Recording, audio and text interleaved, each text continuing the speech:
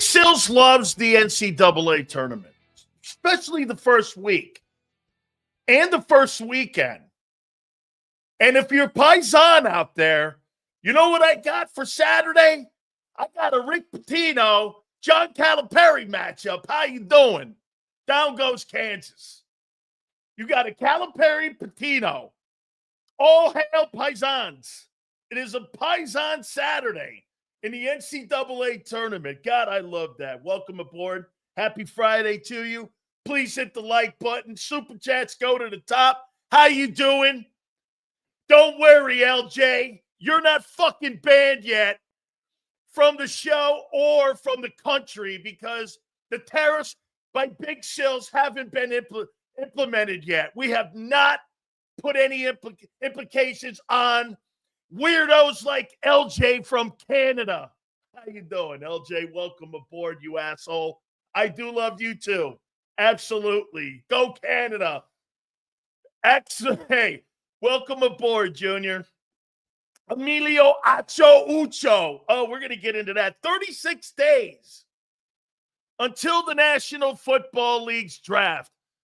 One thing the NFL does, man, I'll tell you, they own the front page, second page, third page, whatever page they want. Free agency. And I'll make this point to you. Do you guys agree with me that the NCAA tournament is America's second best sporting event? Can you name me another sporting event that's better? The college football playoff blew out loud. Can you name me another event in America outside the Super Bowl in the NFL playoffs that is better than, or how about this? Anything better than the NCAA tournament? The Summer Olympics, watching a guy do the heptathlon. Look at this guy. This guy's going to watch the heptathlon. Wait a minute. What's the other one? The Winter Games. The fucking, what is that, curling? It wouldn't shock me there, Funky. You're probably pretty good at this. What is that, man? Curling? I still have a shot at the gold medal. How you doing? Hey, Funky, I'll bet you're good at this here, man.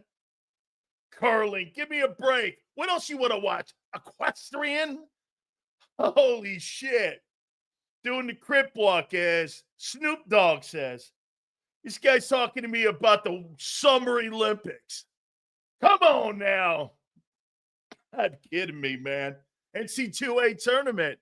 It's awesome, man. I love it. Actually, I have not been covering college basketball like I used to in the past. You know, back in the day when I was doing a radio show for 26 years in Morning Drive. How you doing? We used to do all that stuff. I've never really been a pool guy. But I have one. My wife is exceptional at it. I don't know how. But Kim's really great at it. So, I mean, but I do dig it, man. I love the drama when it comes to the end. Get this. Do we not agree one thing about the NCAA tournament? Best team in the country doesn't win. The hottest team in the country wins. That's the one thing about that tournament. I never got the NCAA regular season. You play 35 regular season basketball games, right? You kind of get a sense of what the best team in the country is. Then you play a conference tournament. Then you play an NCAA tournament. And usually the best team in the country doesn't win. Depends on where you're seated, what bracket you're in, what region you're in. I mean, the best team does not win. College football, the best team in the country wins.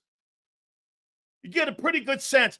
Remember something. The more teams you have in the NCAA football tournament, the less you're really going to have the best team in the country win. Your eyeball test tells you what team's going to win. So, again, I do dig it. 36 days until the NFL draft.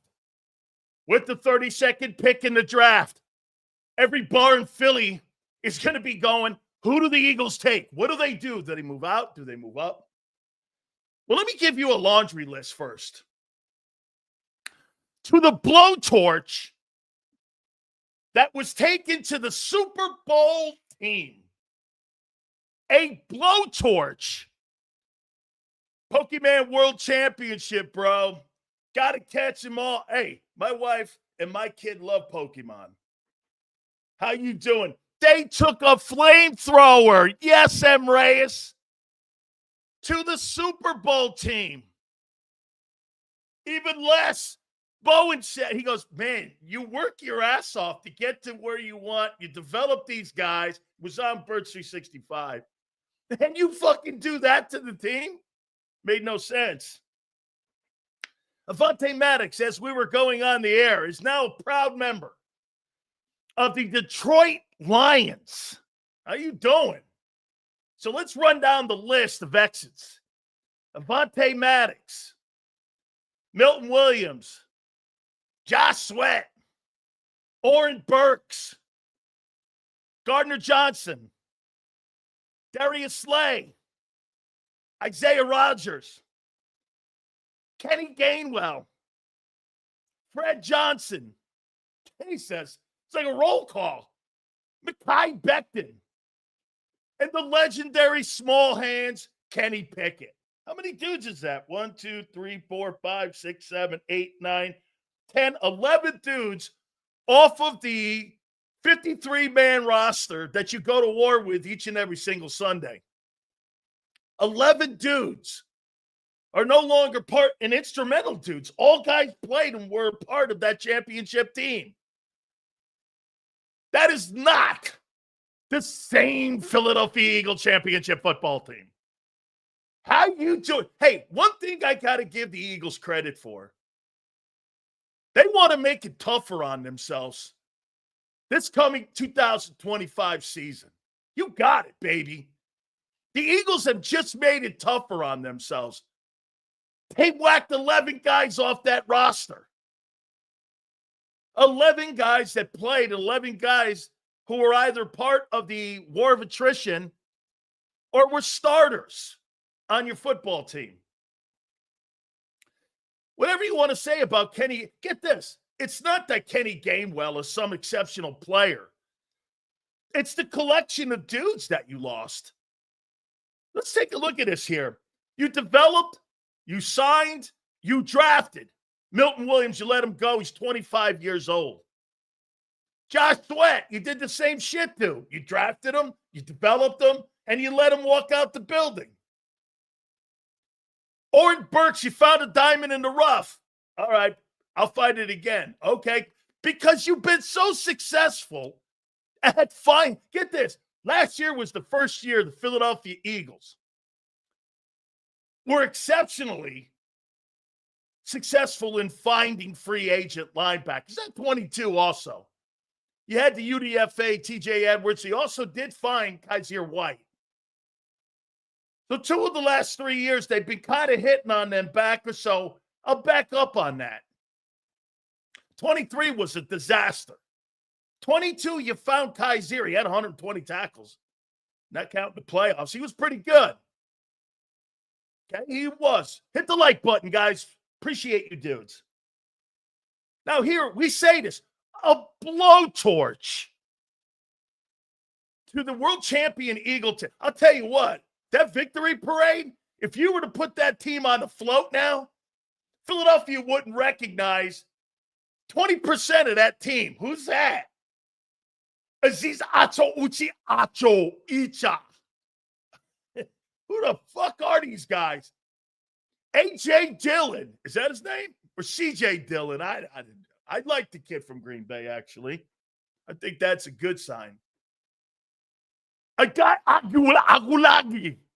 Hey, seriously, man. It's like, I mean, I got to need a translator for some of these guys' names. I've never heard of them. Blowtorch.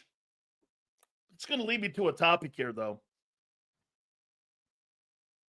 The abrupt way that the Eagles took a blowtorch, it just tore the team apart. They developed them, and like Les Bowen said, man, you worked so hard to get there. That's my problem. You worked so hard to develop that team and that roster. So much good coaching. So much good production. And you just allowed it, again, to evaporate in front of your eyes and really not try to bring it back in any way, shape, or form. I would like, you know what I would like to know? I would like John McMullen, and the next time that Howie Roseman gets in front of the media again, I'd like to ask Howie how many people he actually offered contracts to. How many people did he actually put a contract in front of him? Xander will join us at 3:30. Our boy, Mark Farzetta, will join us at 4:30. The legendary Philly Godfather makes a return at 5:30. Preseason, who's still the favorite to win the Super Bowl, and the NCAA tournament this weekend. Do me a favor, and today, actually. Do me a favor, please hit the like button. I mean, we're going to take a look here in a second at the NFC East. You know, I make a comment here to you guys. Hey, the Philadelphia Eagles took a blowtorch to the roster. Okay, that's fair. Jalen Carter, over under 11.5 sacks and 25. Under, by far. Oh, why? Because what? There's going to be less double teams this year because of Moro Joma? And who else? Aziz Aguilar. Why? Because there's going to be less double teams? Hey, Leon, really? You think there's going to be less double teams on Jalen Carter this year with less productive guys? Okay, I'll take the under on that. I do think he'll get around 9. 11.5, not a chance. You don't have another good player on that D-line. Not somebody who's going to help you on third down. How you doing? The like button. By the way, I'm going to go over the roster here and my question marks about every starter and some of the backup guys.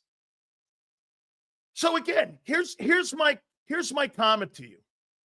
It's true. You guys have taken a blowtorch or a grenade and you have blown up the 2024 Super Bowl championship roster. Okay, that's fair. But what about the other teams in the NFC East? Do they have bigger question marks than what you do? Let's do that. I mean, if I'm going to rank right now, if I'm going to rank the teams in the NFC East, Eagles, Washington, Dallas, New York, okay? Ask yourself this. Yes, a lot of losses. Roster's completely different now. Okay, well, what does that mean to the rest of the teams in the East? What about their question marks? Hit the like button, guys. Appreciate you guys coming here on this Friday here. So let's start with the Dallas Cowboys. I mean, are you going to consider trading Micah Parsons? The signing of Micah Parsons doesn't make you any closer in competing against the Philadelphia Eagles. He does nothing for you when it comes to competing against the Eagles. Nothing. You know why? There's not a collection of guys that you signed that makes me think he's getting any help when it comes to stopping the run. You want to hear, hey, guys, you want to hear the difference between, fundamentally, football-wise, between you and the Cowboys. You ready? They were 27th in running the ball. They were 29th in allowed. You were in the top 10 in stopping the run, and you were second in the league in running the ball. I mean, it's simple. Philly runs it. Philly can stop it. Cowboys can't do either. Where are you going? I mean, where are you going if you're Dallas? Have the Dallas Cowboys improved their team so far in the offseason? You know what the Eagles have done, at least? They've improved their positioning for the future. Do you know what is more important to Howie Roseman than the roster? Positioning the roster for the future. They believe in their coaching and their young players so much, they think they're still going to be able to contend and compete and win the NFC East, that they're willing to take some step backs in the roster. Because you know why? Look at the rest of the East. Where are the Cowboys going? I mean, what have you done in free agency? Why aren't you more aggressive in trying? At least the Commanders are trying to get better. We'll get to them here in a minute, but, I mean, where are you going? Now, they created some cap space, the Cowboys, by restructuring Dak Prescott's contract. Okay, what are you doing with it? The Dallas Cowboys are not going to rebuild their team through the draft. This is not 1989. Jerry Jones still thinks it's 1989 and that you build your team through the draft. The Eagles take free agents, plug them in. Why do the Eagle free agents win and the Cowboy free agents don't?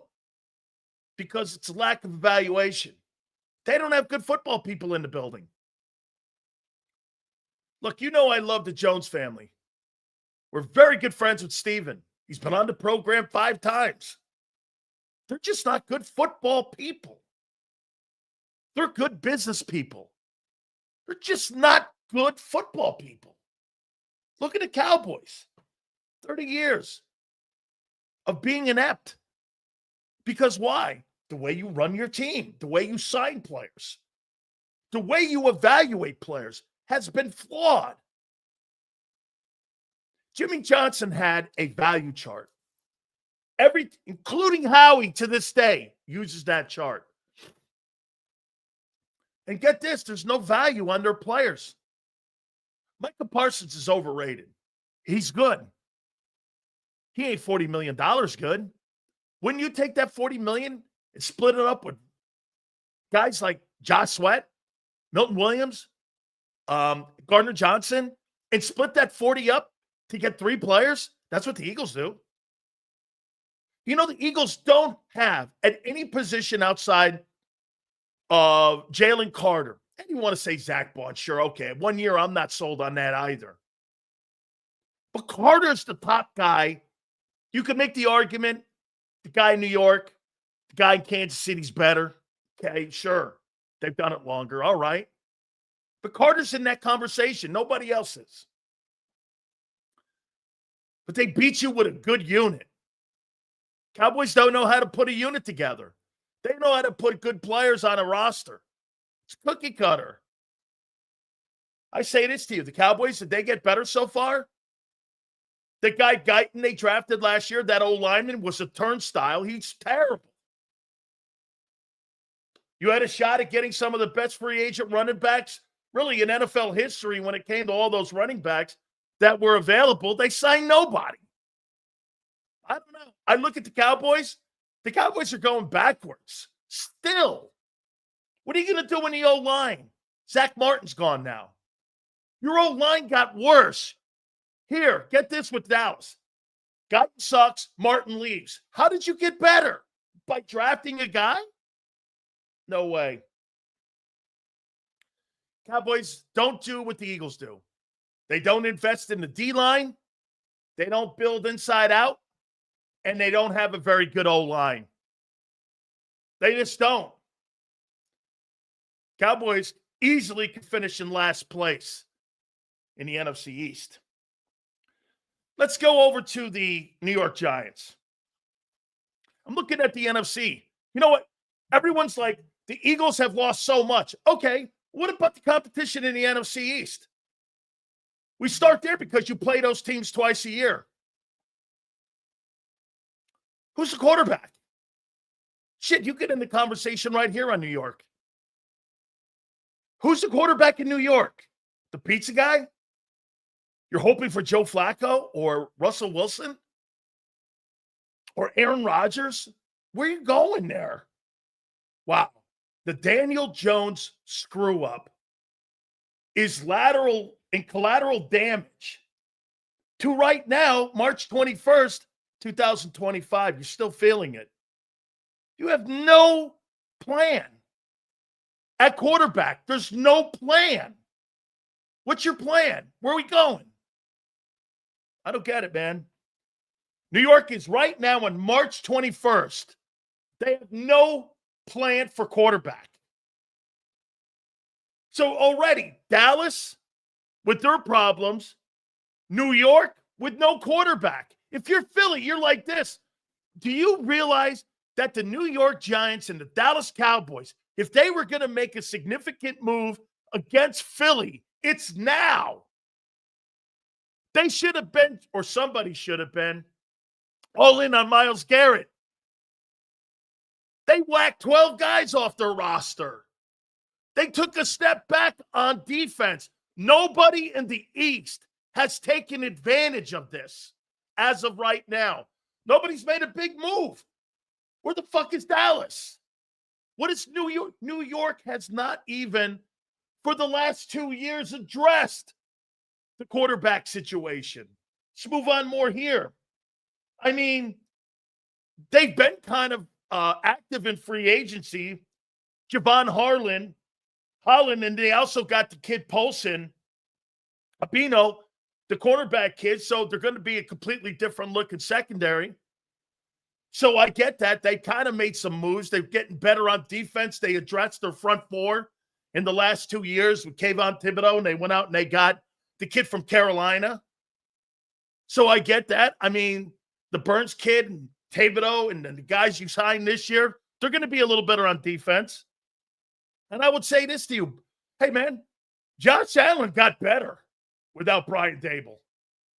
Supposedly, I was told that Brian Daboll is some sort of like guru play caller. Shit, Josh Allen just won the most valuable player award without him. And all I'm watching is nobody develop anybody at the quarterback position in New York. I'm supposed to believe Brian Daboll's a good coach? Josh Allen got better. Josh Allen got better without Brian Daboll. He's a good coach? Sure, okay. And here's the last one. Is Joe Schoen going to get better at his job, the general manager of the New York Giants? I would make this point to you here. Look at what I just said with Dallas and New York. Dallas hasn't gotten better, and New York is just floundering like a fish out of the ocean. They're just on the shore flopping away. No quarterback. The general manager doesn't know what he's doing. And I'm suspect now on the play caller, Brian Daboll. You know, everybody was under the impression because of that first year, that was a fluke that they went to the playoffs. It's a fluke that they did that. So why aren't you taking advantage of the Eagles making none of these teams except Washington is trying to take advantage of the Eagles taking a step back to secure their future. This is the time. If you're New York and Dallas, if you don't close the gap now with Philly, they got 20 picks in the next 2 years. They're going to lap the field. If you don't take advantage right now of Philly being somewhat down roster-wise, you will never take advantage of them. They've got 20 picks. You know what? You want to know what the worst thing can happen to the other teams in the NFC East? If the fucking Eagles win the East with a lesser roster and they get back to the NFC title game, game over. Game over. They're securing money. They've got draft picks. They've got leverage. They've got young players. My God almighty. The Cowboys will never win a thing as long as Jerry Jones is alive. He will not. That team is rolling towards being a 5-win team again. The Eagles, you have to. This is what Washington is doing. Washington, I heard Xander and John go, those guys are signing. They have to sign old guys because the roster blows. What do you think you're going to do? Make the team better in the draft with one draft? Absolutely not. You got to the NFC Championship game with a great-looking quarterback. By the way, I heard Xander say that Washington quarterback going to take a step back. Well, I'll make a point to you. Your fucking defense is going to take a step back. Okay? Your defense is taking a step back in talent alone. But if you're the other teams in the East, you have to take advantage of this. And I don't see where they are. Here's Washington. Jaden Daniels, what's his next step?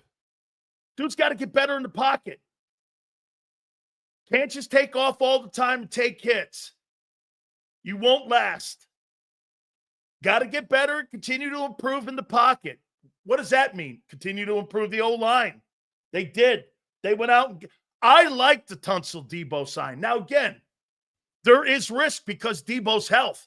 And last year, Tunsil had 19 holding penalties. That's got to improve, obviously. But they did give a 2 and a 3 up. A 3 this year and a 2 in 26, I think. I like those moves. I like the re-signing of Bobby Wagner.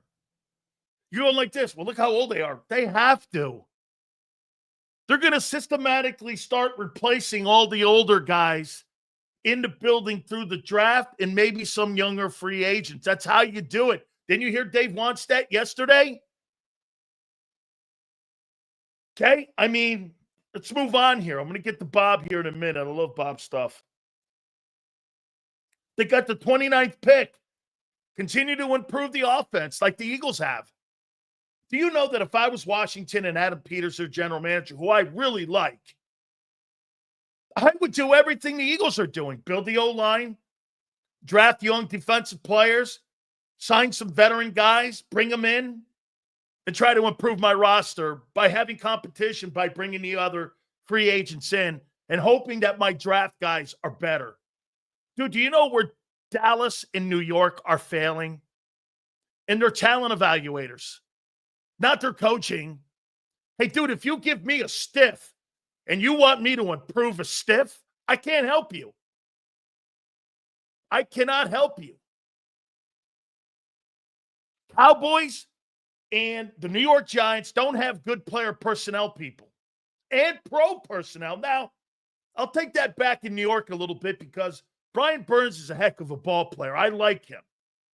Do me a favor, guys. Please hit the like button. Give me a total on the likes here on a Friday. We appreciate you guys coming aboard. Like I said, I like the Debo and Tunsil moves. I do. I dig these moves. Now, again, I started the program off by saying, well, the Eagles took a blowtorch to their football roster. It's still not good enough. No team in the East, except for Washington, because of the quarterback, is, in my opinion, close at all on competing for the NFC East. Now, look, the Eagles are not deep anymore on defense. You know, I hear John saying that they have a lot of good players on defense. No, they don't. They've got a couple good frontline guys for sure, but they're not good deep. Keely Ringo? How the fuck do you know who he is? He's had 87 snaps last year. You're telling me he's good? Sidney Brown has 100 snaps. He's good? How do you know that? And even me, I have no idea who he is. We're going to get over that here in a minute. Bunch of good players. You got a bunch, again, of prospects. There's that word, potential. But you're so far ahead of these other teams because of your offense and the way you do business and your contracts. It really doesn't matter.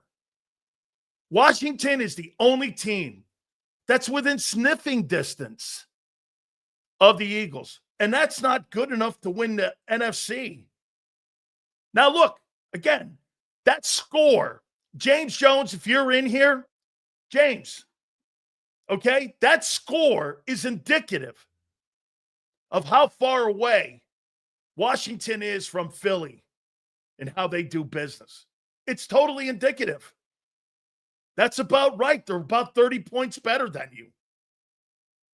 I don't have a problem saying that.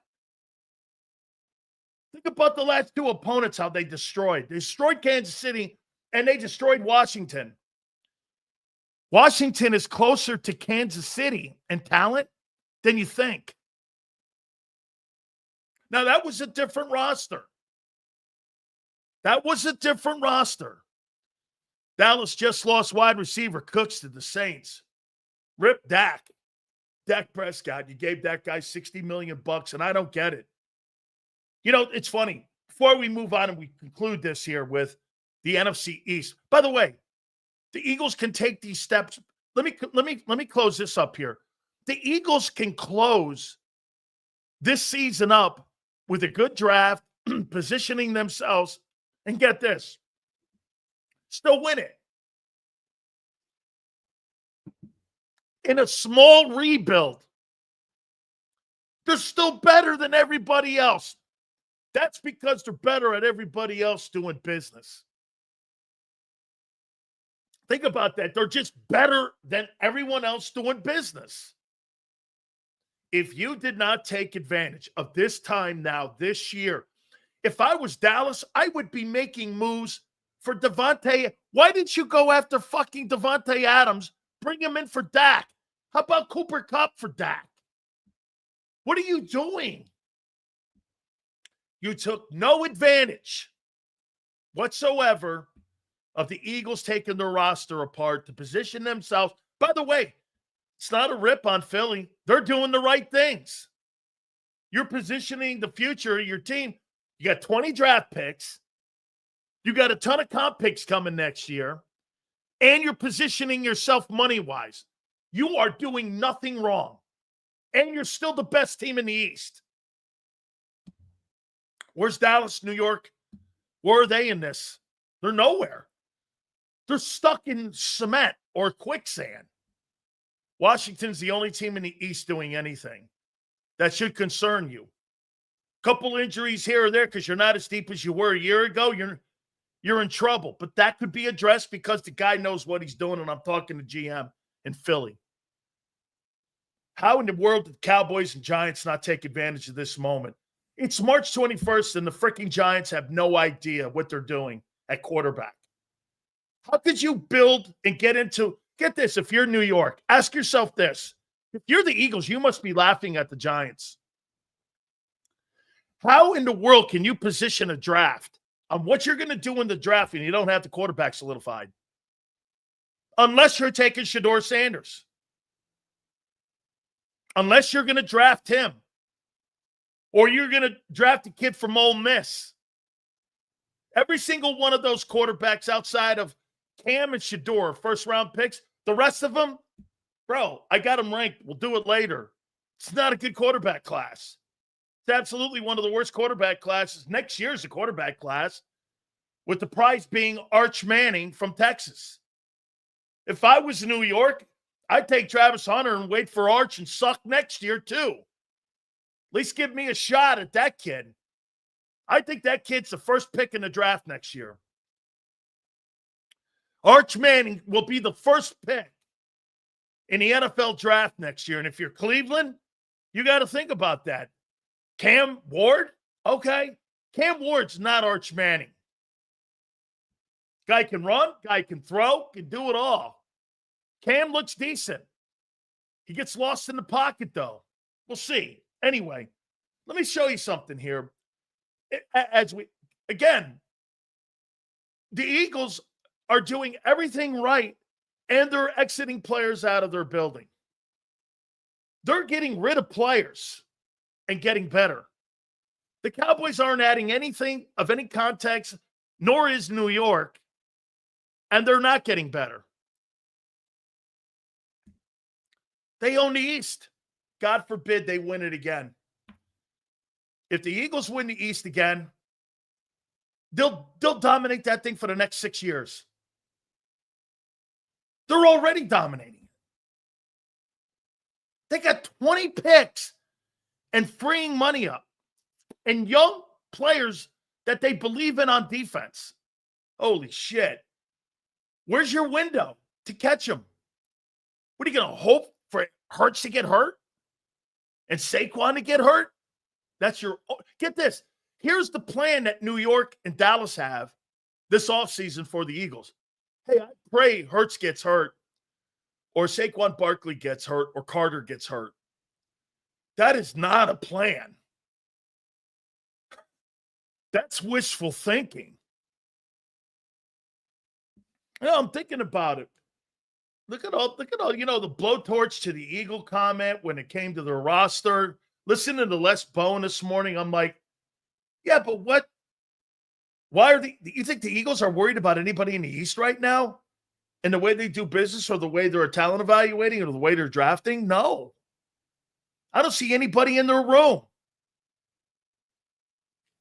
I mean, it doesn't make sense. How are you not taking advantage of this? All right. Hit the like button. Give me a total on the likes. I want to do one thing more here and show you something why, again, Dak Prescott and the quarterback situation in New York is going to hurt a team and teams around and what you think of a guy like Brock Purdy.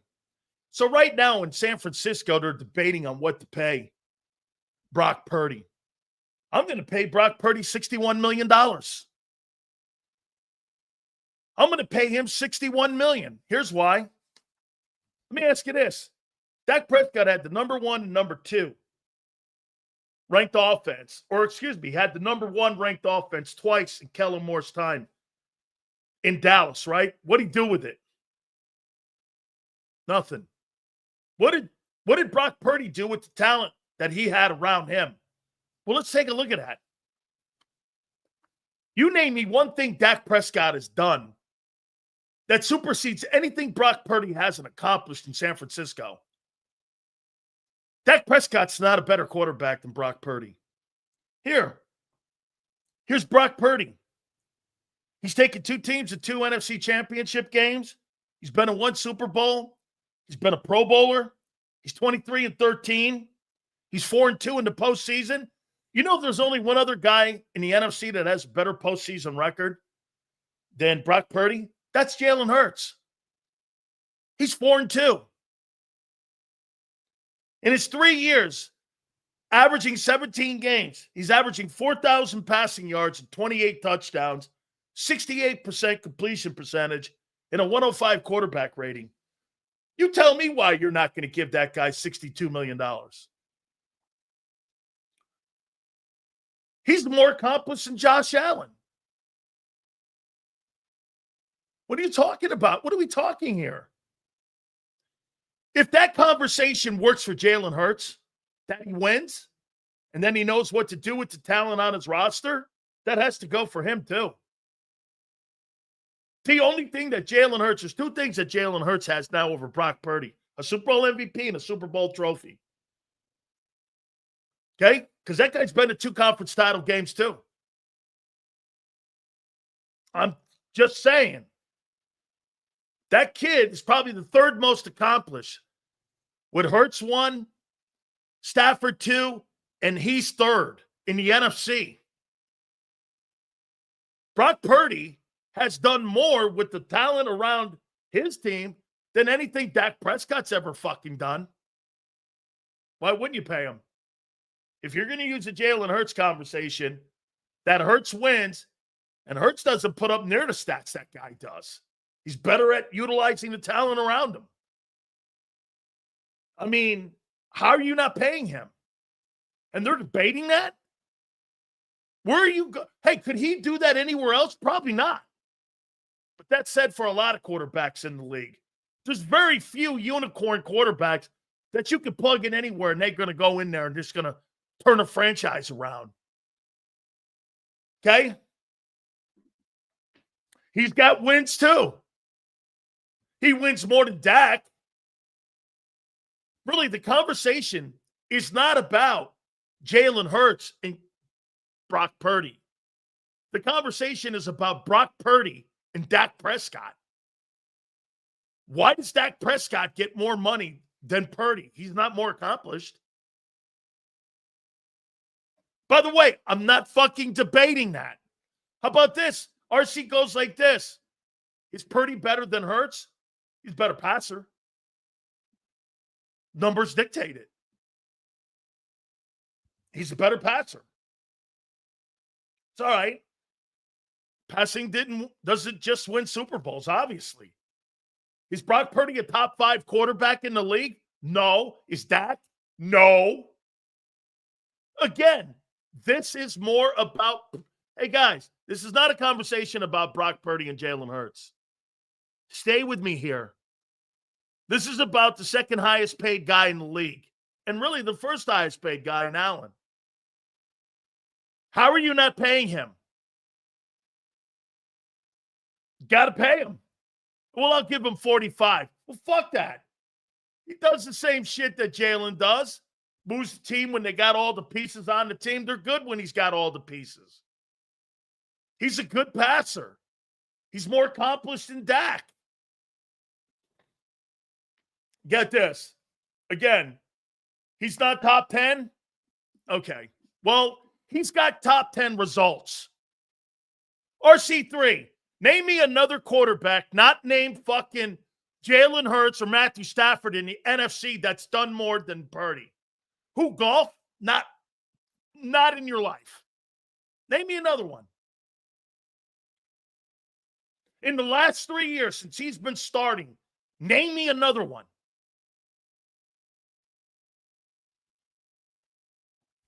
You can't. Pay him. Pay him. You gave Trevor Lawrence $55 million. Seriously? $55 million you gave that guy. Give me a break. Shows you again, if you don't have the quarterback situation resolved on March 21st, you're not going anywhere. Look at the teams like the Steelers, the Minnesota Vikings, the Giants. You know what we're debating in the offseason here? Sam Darnold to Seattle and Geno Smith to the Raiders. Really? They have no chance of winning championship. Get this. Both those teams, Sam Darnold to the Seattle Seahawks and Geno Smith to the Raiders, those are stopgap guys. You're not going anywhere with those dudes. Hey, you could take 2 teams right now in the NFL. Hey, look at this. I'll show you this right here. When you're looking at teams in the NFL right now, you could, here, the Miami Dolphins. You could scrape them off your list of Super Bowl. Is Miami a Super Bowl contender? No. They're not a Super Bowl contender. Why? The quarterback is not consistent enough. The Jets, absolutely not. Dolphins, Jets, Patriots. I don't know who Drake May is yet. Steelers. Look at these teams. Look at how many teams in the league have no shot at the Super Bowl on March 21st. The Browns.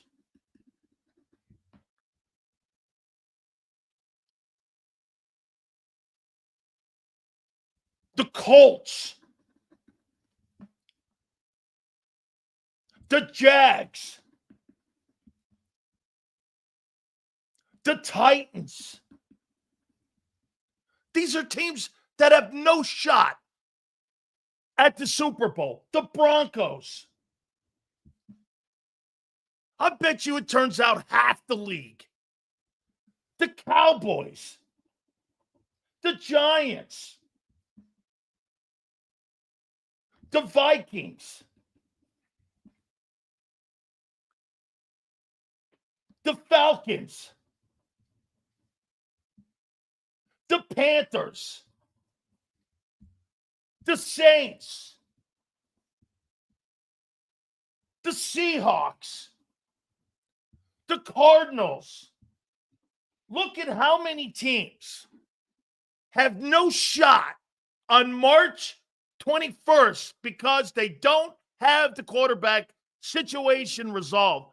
Look at how many teams. 1, 2, 3, 4, 5, 6, 7, 8, 9, 10, 11, 12, 13, 14, 15, 16, 17. Over half the fucking league on March 21st has no shot at winning the Super Bowl. Now, one of those 17 teams has a true chance of winning the Super Bowl. I mean, half the league. So if you're Howie Roseman and you take a couple steps back because Josh Sweat and Milton Williams, and you got 20 picks coming up, and you're positioning yourself, you're looking at half the league that has no shot in the next 4 years of doing shit. Why wouldn't you position yourself correctly? Especially with the young talent on your football team that you think you have that are going to be good enough replacements to keep you in the top 4 teams in the league. This guy's playing the percentages. It's brilliant. He's not in the now. And right now, get this, he's so good. Howie Roseman is so good right now. The league's playing catch up. Why wouldn't he? You look at half the league. I gave you 17 teams that have no freaking shot at winning the Super Bowl. Let alone look at the teams in the NFC East. 1, maybe. Washington, okay.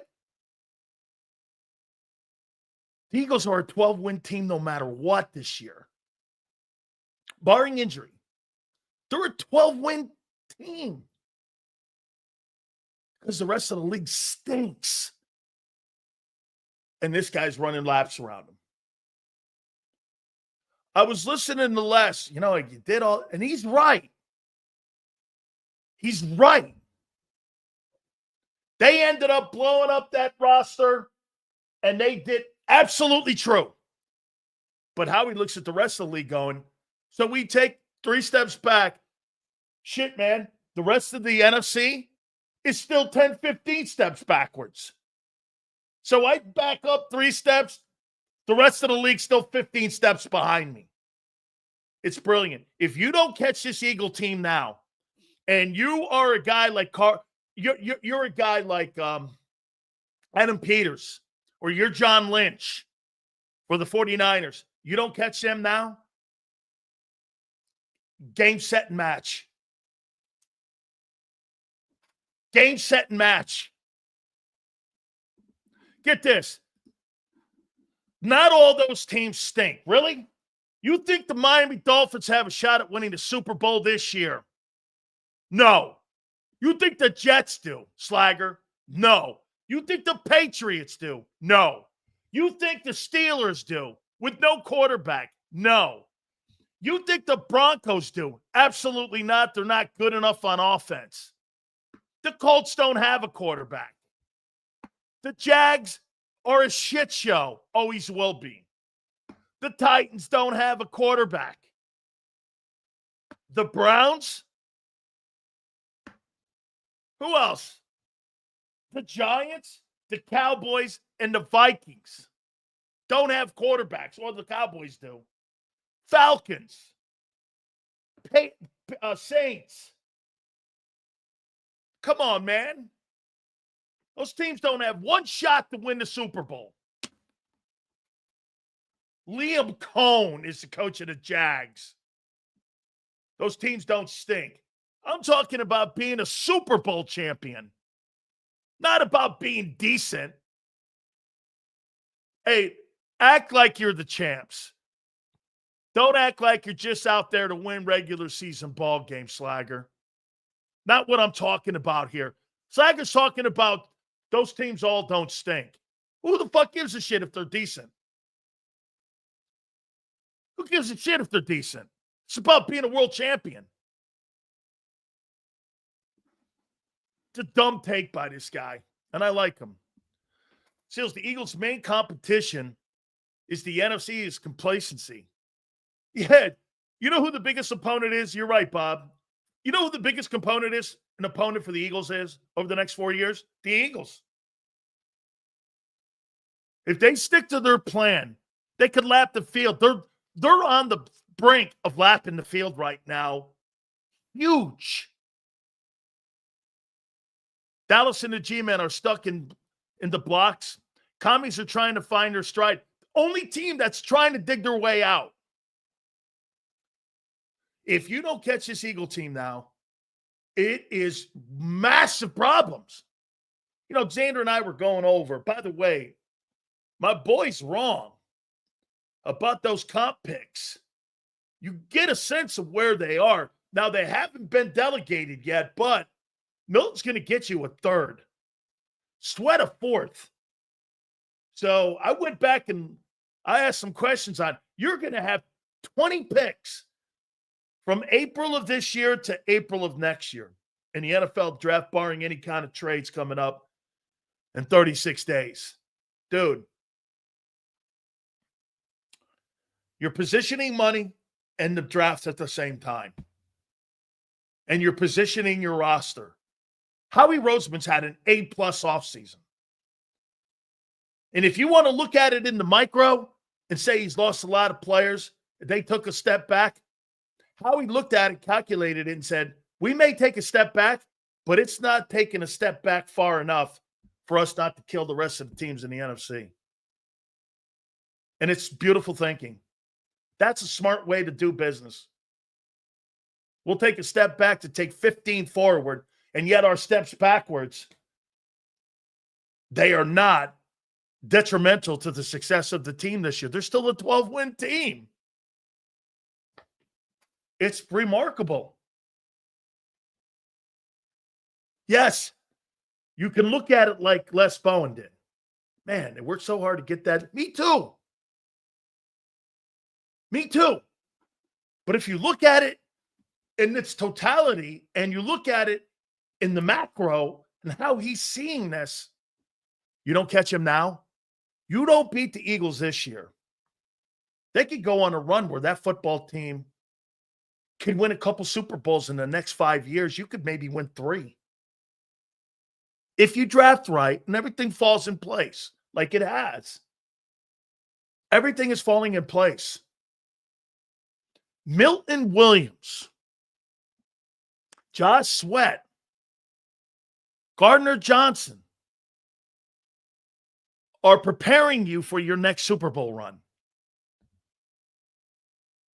You getting rid of those 3 and Becton secures you're going to be playing in the next 5 years for the Super Bowl. I agree. The drafts are key here. Let me tell you this. The previous 3 years drafting has made this possible. Or guess where Howie would be? On the forever conveyor belt that people talk about them being on. Jeff Kerr, when he was on Bird, saying it's not sustainable because he's on that conveyor belt. The last 3 years in the draft have slowed the conveyor belt up. You're no longer on it. You're built for long-term success now. After 04 and after 17 and after 22, you were not built for long-term success. Now, you're at the cusp of it. Let me tell you something. That 2028 football team in Philadelphia is going to be unbelievably talented. The 28 roster, I can't wait to see what that thing looks like. With all the picks you have, potential wheeling and dealing, what's that going to look? And most of them are, do you know, you're going to be probably so young in 28. And you know what you're going to be? You're going to start to get the roster where the money's going to start falling down and coming back to center because they'll be on all rookie deals. This is what they've done. They're on a trajectory right now, salary-wise. Well, they said we got to come back down now. They're coming down. They cut players. They got younger guys. And get this, They're going to continue to go down. I'm going to keep getting younger players and putting – when you replace A.J. Brown, it's not going to be with another free agent. It's going to be in the draft. You're going to cut that $32 million salary out. And you're going to land on another wideout on the other side of Devontae. Okay? You're going to be there. Your O-lineman, how old is the left tackle and the left guard? 26, 27? Fuck. Those guys can play 10 years. Your entire left side is set for the next 10 years. Really, from center over. The entire left side is set up. Hit that like button, guys. 82? Come on now. Yes, you guys have taken steps backwards, but it's not detrimental in the success of the team this year. Are you a 14-win team? No. Are you a 12-win team? Yeah. Can that win me home field? Yeah. Can you still get into the Super Bowl tournament? Yeah. Who gives a fuck about the wins? The only win that matters is the last game of the year. This is what's making Detroit good. You know why Detroit's getting better? Because they're younger. They're landing on Aiden Hutchinson. Get this. Look at what Detroit did in the last 4 years. They solidified their O-line with Penei Sewell and their D-line with Aiden Hutchinson. You got two superstars on your team.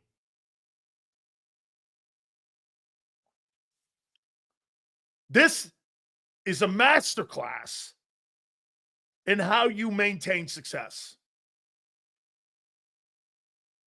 You look at the job, again, Xander, I took this from Les Bowen. I'm talking about because he was talking about now. And I'm like, yeah, but wait, how good are the other teams in the NFC? You're not a 14-win team with that defense. You're not. Then again, you might be because the NFC's not that good. Here, you got an NFC team, Rams, Washington, and maybe Green Bay. And the rest of them stink.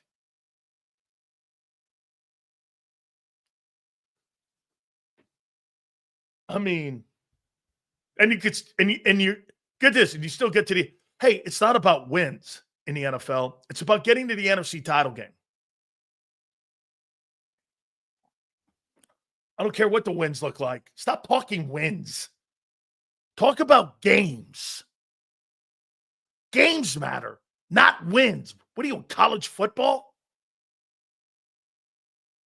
Seriously, some people in here like M. Reyes and that fucking 12 or 4 wins mean nothing in the league. Games do. Getting to the NFC title game. You think wins matter to Washington getting to the NFC championship game? No. Getting to the NFC title. Getting to the Super Bowl. All that matters. Wins, nobody cares. Whatever, dude. Go preach to someone else.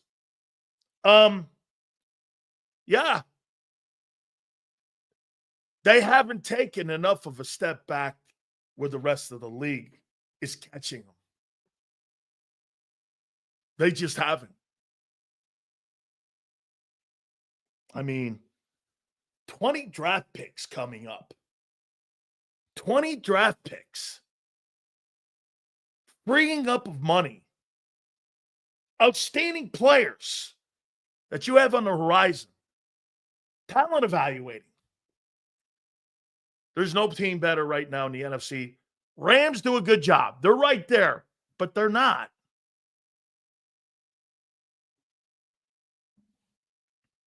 Kudos.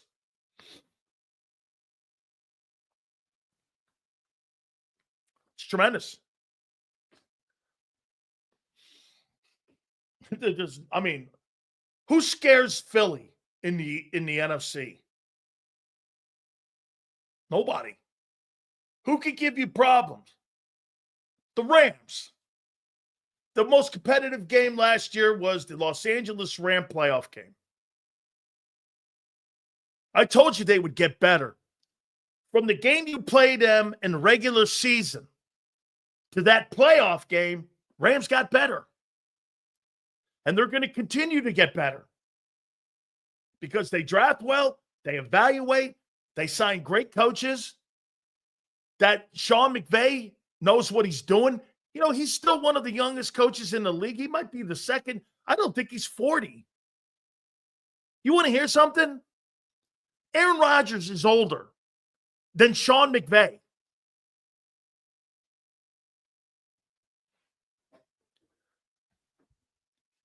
I mean, he's older than Aaron Rodgers is older than the head coach who's been coaching 8 years. Crazy. And that guy's going to coach as long as he wants to coach. We got a ton of stuff to hit on today. All good. I love this time of the year. By the way, hit the like button. Hey, real quick before I get to the Eagle roster, I had somebody bring this up to my attention. Look, I'm going to give you my take here on in a second here. Okay? I'm going to give you my take here on a second.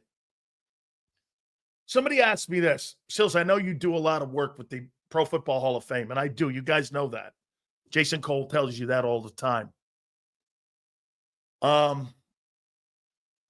Will Lane Johnson's 2-time pop for performance-enhancing drugs stop him from being a Pro Football Hall of Famer?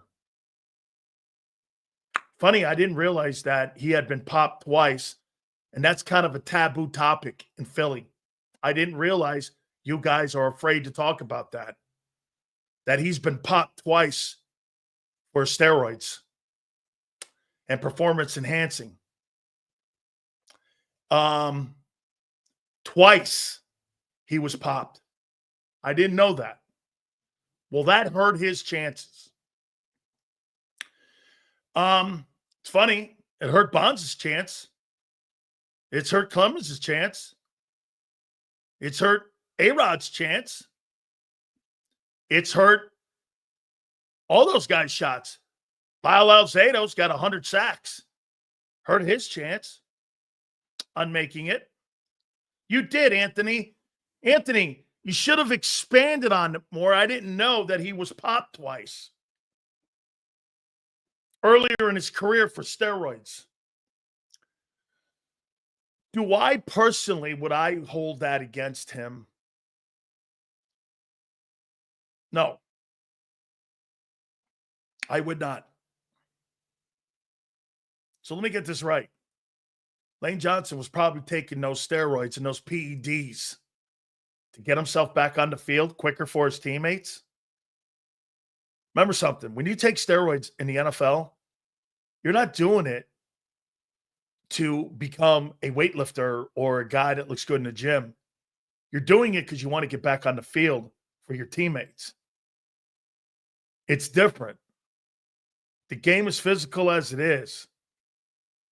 I don't think that's going to be a problem for him because they were so long ago. Still, you're going to get Johnny do-gooders like Dick Train. I saw on with Xander earlier that tries to fucking look at everything through, the kaleidoscope of good and doesn't realize that there's a dark side of the NFL behind the scenes. Irvin LT, Chris Carter made it to the Hall of Fame. Yeah, those were recreational drugs. That's not anabolic steroids, but it's drug use. Off the field's issues. Okay? Lane's been great for 10 years. I'm not debating that. I'm debating whether or not anabolic steroids, that will be debated by those 50 guys. Next week when we get, I don't think Jason Cole knows. Now, he will once he goes knee deep into Lane's career. Yeah, and Anthony, I didn't know what you were talking about. I didn't know he was popped for him.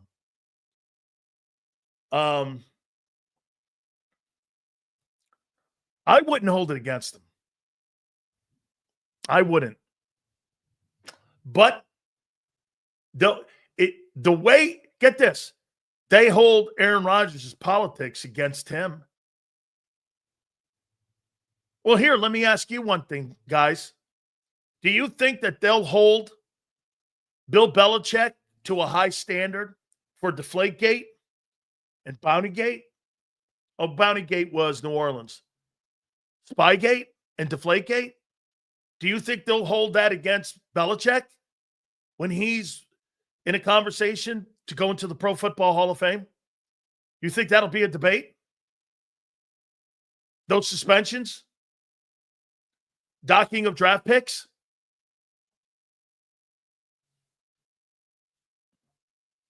I don't think it should.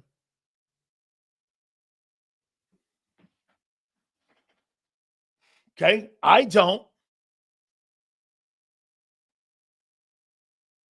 Okay? I mean, hey, everyone's got something, don't they? LT was off the field. Belichick's got those scandals. Lane Johnson's got, it has been popped twice for PED. Well, look at this. This guy calls Bella cheat. Is it Lane cheating?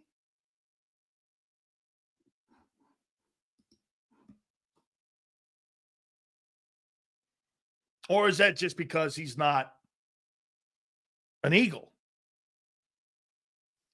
Lane took growth hormone. Oh, okay. It's a PED guy. Hey, Charlie, that used to be my theory. Okay? Get this. Lane isn't stealing science. No, he's just taking illegal drugs to get himself on the field and be stronger. Then you have no problem with Bonds taking steroids, right? M. Reyes. Then you had no problem with Bonds, right? I don't have a problem. But I'm only. So you have no problem with Barry Bonds. Completely different. How? This guy's a dumbass. He's picking and choosing his battles to fit his narrative. That right there is a prime example. Okay? Right there is a prime example. That guy's showing you. Completely different. Bonds taking anabolic steroids and PEDs so he can hit more home runs, and Lane Johnson taking PEDs so he can play at a high level. Oh, okay. We'll move on. I don't have a problem with it. And I do think some of the 50 voters will have a problem with it. But I think Lane, again, Lane's even said he doesn't believe he's a Hall of Famer because there's a quote that he had that he doesn't believe he belongs in the Pro Football Hall of Fame because he got popped with PEDs. So I think he does. All right, let's move on. Hey, Anthony, I didn't realize what you were talking about. Okay? That's right, David. Hypocrites don't understand. Hypocrites will always be hypocrites. They'll pick and choose an argument to fit a narrative, and what they don't do is give justice across the board. You treat others like the same way when you're having a conversation like this. I don't have a problem with it. I don't have a problem with Bonds, and I don't have a problem with Lane. Okay? What do you think? It's about kissing cheerleaders and cashing paychecks? There's more to this game than that. No, everybody. As a matter of fact, I wish they'd bring steroids back to the game. Might liven it up a little bit. I wish we had guys hitting 60, 70 home runs every year, a ton of them. Chicks dig the long ball, right, Sue? I wish they did bring it back. I'd rather have more steroids in the game. I mean, the game would be more exciting. If an NFL player has stamina and uses an inhaler, can they still get in trouble for that in the NFL? Because it's a steroid. It's a non-anabolic, but some of those inhalers do have ephedra, and you can get popped for that. Yes. Like here, Jeff. You know, I know Xander goes to like the GNCs. I think, Xander, that's what you said. You know, you could go to a GNC, buy something off the shelf, and if you take it, you could get popped for that because what they have inside those pills are against anabolic or against the NFL policy. You have a number you can call and ask before you take it. There's a number that the Players Association gives you. And you can call to see if those things are legal for you to take. If you get popped in the NFL, that's on you for just not picking the phone up and calling your trainer. They didn't take steroids. It was something, he admitted to taking it. I posted the story. It's at Dan Sileo show. He admitted it. Let's move off. I wrote down the names of the current starters on your football team right now as of March 21st. And I wrote some cliff notes next to them. Okay? I used some cliff notes. And I wrote these down about the current starters and some of the guys, especially on defense, that are going to be expected to play. I'm going to start with the offense. This is what I see your roster looking like right now as of March 21st. Here are my comments towards every player. Jalen Hurts. What I would say to Jalen right now, if I was a coach, my exit meeting and during the off season here, I'd like to see more stuff under center. Continue to improve on setting pass protection. Continue to improve in the pocket. And continue to improve in reading progression defenses. Continue to improve. And I think he does a good job of that. Saquon Barkley. Stay healthy is my only concern with him. And if I'm the organization with him, I'm going to do everything on my power to protect him during OTAs, minicamp, and then when we get into training camp. You know what?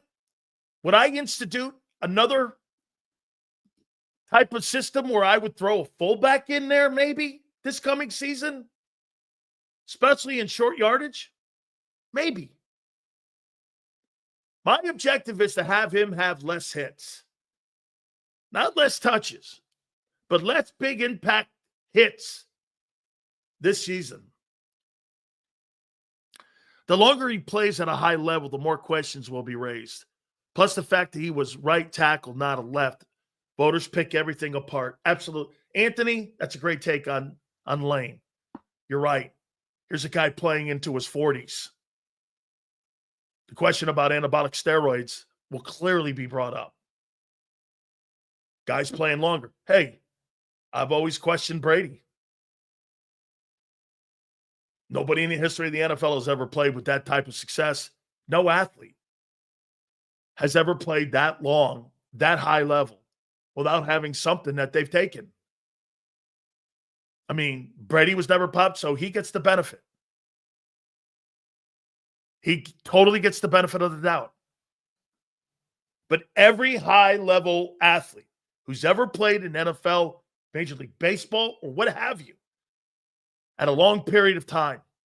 Now, I will say this. I do think, Anthony, the training's better and the nutrition's better. Do I believe LeBron James takes No. So I would give Brady the benefit too. I think training, I think supplements, I think all of that have gotten better since my time. I've told people this numerous times. I've taken anabolic steroids. It wasn't illegal until 1992, when it became an Act 3 felony on having anabolic steroids. The league didn't test for it until 1993. There was no such test. Players in the league took it all the time. 85% of the league was on it and taking it. It was just commonplace. Okay? I mean, I didn't do anything that any other player didn't do. What, are you shocked by that?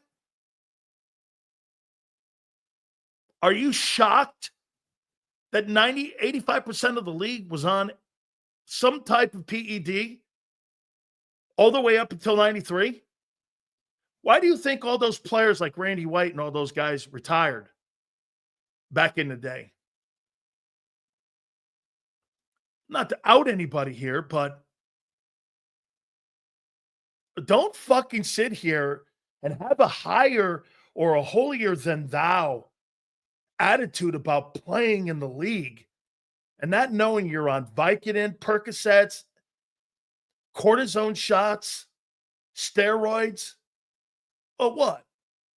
Cash and checks and kissing cheerleaders is what you think it's about.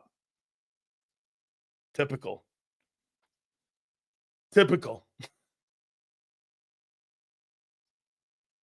I've always been transparent. I have no problem saying that.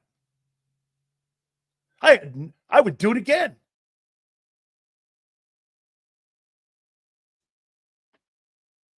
What? You wouldn't? To sign a $100 million contract? Sure. Okay. Well, unfortunately, you've not been in that position.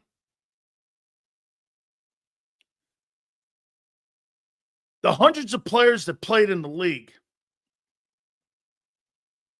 Let me ask you something here. Kind of before I get and continue here with this, with the Eagles. If you could sign a 3-year, $100 million contract and you had to take steroids to keep that going, to get that contract, would you take it? Yes or no? Would you? Watch this. Watch the people in here that lie to you.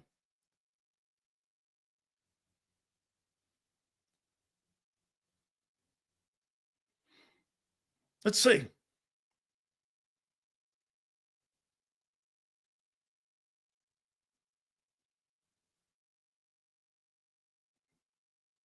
Way to be honest.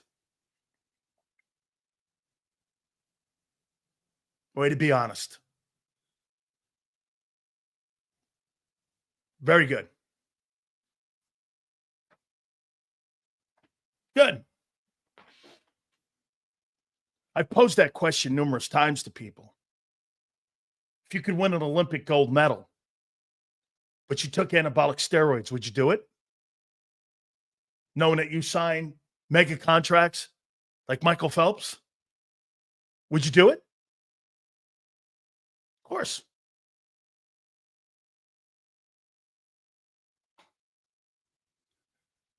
The holier than thou wouldn't do it. The people I work in this business wouldn't do it, but they would. Remember, there's people who write about me, and there's people who they write about. And they wrote about me because I was one of the 17,000 men that have ever played in the league. Who would you rather be?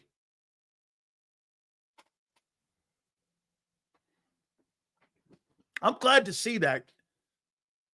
I'm glad. Because I asked this question years ago.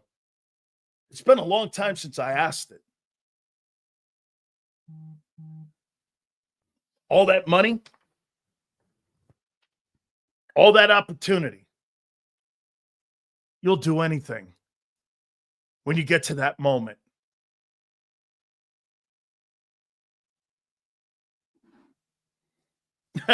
I used to look at that picture behind me right there.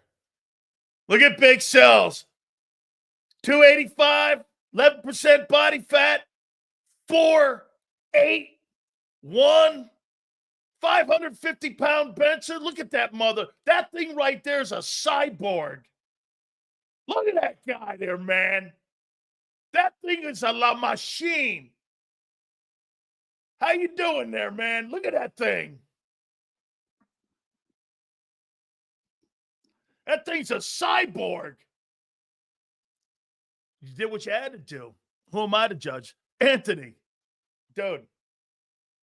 Absolutely true. Generational wealth. Not me. I'm not doing it. Well, that's because M. Reyes is 5'2". I mean, I can't think of too many sports that M. Reyes can compete in at 5'2". I think the only thing he can compete in is being shot out of a cannon or walking on a tightrope. That's all he would be. M. Reyes would be good. What? Being shot out of a cannon? Or no, that's right. He could be a jockey. That's right. He could be a jockey at Belmont. Put M. Reyes on that 5'2" guy and have him go around the track. M. Reyes, way to go, dog. I got a job for you. Yeah, hey, you're going to be a fluffer. You know what a fluffer is? I don't want to tell you here because my aunt's watching. It's the holy day. So, hey, M. Reyes walks the fluffer around at Belmont. He's a fluffer. So I would punch a baby. Come on, man. How would I go in there? Yeah. Come on, dog. I'd punch a baby for 100. Hey, dude, I will say this to you. So when they give you that check for $450,000, I get this signing bonus. Somebody do me a favor. Kyle, if you're in here, tell me what 450 is in 1987 and what it'd be worth today. My base salary was $250. So that year I got $650,000. How much was that in 1987? That's what I got in 87. I didn't have a pot to piss in. Okay? I didn't have anything, man. Guy named Phil Kruger and Rich McKay, they walk in the building. Is that right? It's about $2.2 million today? So these guys walk into a building and they're sitting there. They got like an envelope with them. And I'm in a guinea tee. I got old cane shorts on, flip-flops. I'm not kidding. I walk in. They had flown me up from Miami. And they go like this. We've just taken you in the supplemental draft. Now, you have to understand something. People are like this. Oh, it's a supplemental draft. Well, Reggie went in a supplemental draft. You got to remember, that draft pick is used in the next year's draft. So the 88 draft, the Buccaneers were penalized the 56th pick in the draft. Okay? So I was drafted right around where Jalen was drafted. Okay? 1.85, 1.285. Okay. These guys walk in and they go, congratulations. I'm like, great. This is wonderful. He goes, because we think so highly of you, we're going to give you the same deal Jerome got. They did. They signed me to the same. I think it was either 1.9 or 2.1 million over 3 years. It was the same contract Jerome signed because that's what they thought of me. I get this check. Do you guys remember the OCNBs? No, it was Sun Bank. We had these places in Florida called Sun Bank. And I look at it, and at first I thought it was $45,000. I posted a $45,000 incentive they had in my contract just for lifting weights. And so I looked down at this, and I thought it was $45,000. I was like, oh, okay, that's great. And I'm looking down at it. I'm like, yeah. And guy goes, it's not $45,000. It's $450,000. I'm like, what? I looked down at that thing. It said $450,000. So I go over to the Sun Bank and I'm in my flip-flops and I walk in. This teller knew because I guess Hugh Culverhouse owned that bank. Mr. Sileo, we're expecting you. I said, how? Mr. Culverhouse told me you were on your way. I said, Mr. Culverhouse owns the bank? He goes, yes. I'm like, so I'm putting my money back into his bank. I didn't know if I thought. I first paused on that. I went, hang on here. So I gave it to him. Sure enough, man, I had it in my savings account forever until I had to put it in these other things. And yeah, so we put it in this other stuff, and all my stuff was direct deposited into that account. I think I was making $20,000 a week when I played in the NFL with them. So I was like, yeah. Yeah, I was like, yeah, okay. And there it was, $450. All the hard work I had put in to get to that point. I'm going to not do anything. You're right, M. Reyes. Steroids don't fix 5'2" and getting shot out of a cannon. I didn't know that was a sport, but hey, M. Reyes, I got a good job for you, man. You can get shot out of a cannon, walk on the tightrope, or you could be one of those guys down at Belmont and get on the jockey's back. How you doing? Yeah, juice don't make you taller, Junior. Hit that like button. We appreciate 5'2". Yeah, I don't think there's anybody in the NFL 5'2" except Howie. Hey, M. Reyes, you and Howie Roseman have a lot in common. You guys probably wear the same size suits. A little guy suit. I just hit that like button. Give me a total here, man. I appreciate you guys coming aboard here. Belichick also cheated for 53 men multiple years. Yeah, okay. You're right. Lane, off the hook. Belichick, not. Yeah, okay. Damn, M. Reyes. I didn't know you were 5'2". I'm surprised Xander don't give you more shit about being 5'2". Holy cow, you're like a little jockey. I'd take juice for a $100K deal. There you go. There you go. You know what? I'm going to do this whole thing here with Xander here with this team. I'm going to go back and do this here. Don't forget, Farzetta's going to join us at 4:30. Guys, do me a favor. Hit the like button here. Anthony, I didn't know what you were asking me yesterday until I went back and looked. Crazy how the Bucs didn't know how to use you. Dude, that's a problem. I told you a story before I get Xander in here. Hey, Anthony, there was a guy, I think he even worked in Philly. He may have been an Eagle by the name of Bert Grossman. Bert had 20 sacks his first 2 years because they used him correctly. Anthony, take a look at his sack total after they changed the defense on him. 2, 3, 1. You'd be surprised how that is one of the most important things. Get this. Jalen Hurts going to the Eagles was a perfect sign. That's why Xander's boy Jalen Milroe and the Steelers. How you doing, baby? 4-3. He's rocketing up that draft board. I'll bet you $1 million that guy gets drafted in the first 2 rounds. You watch.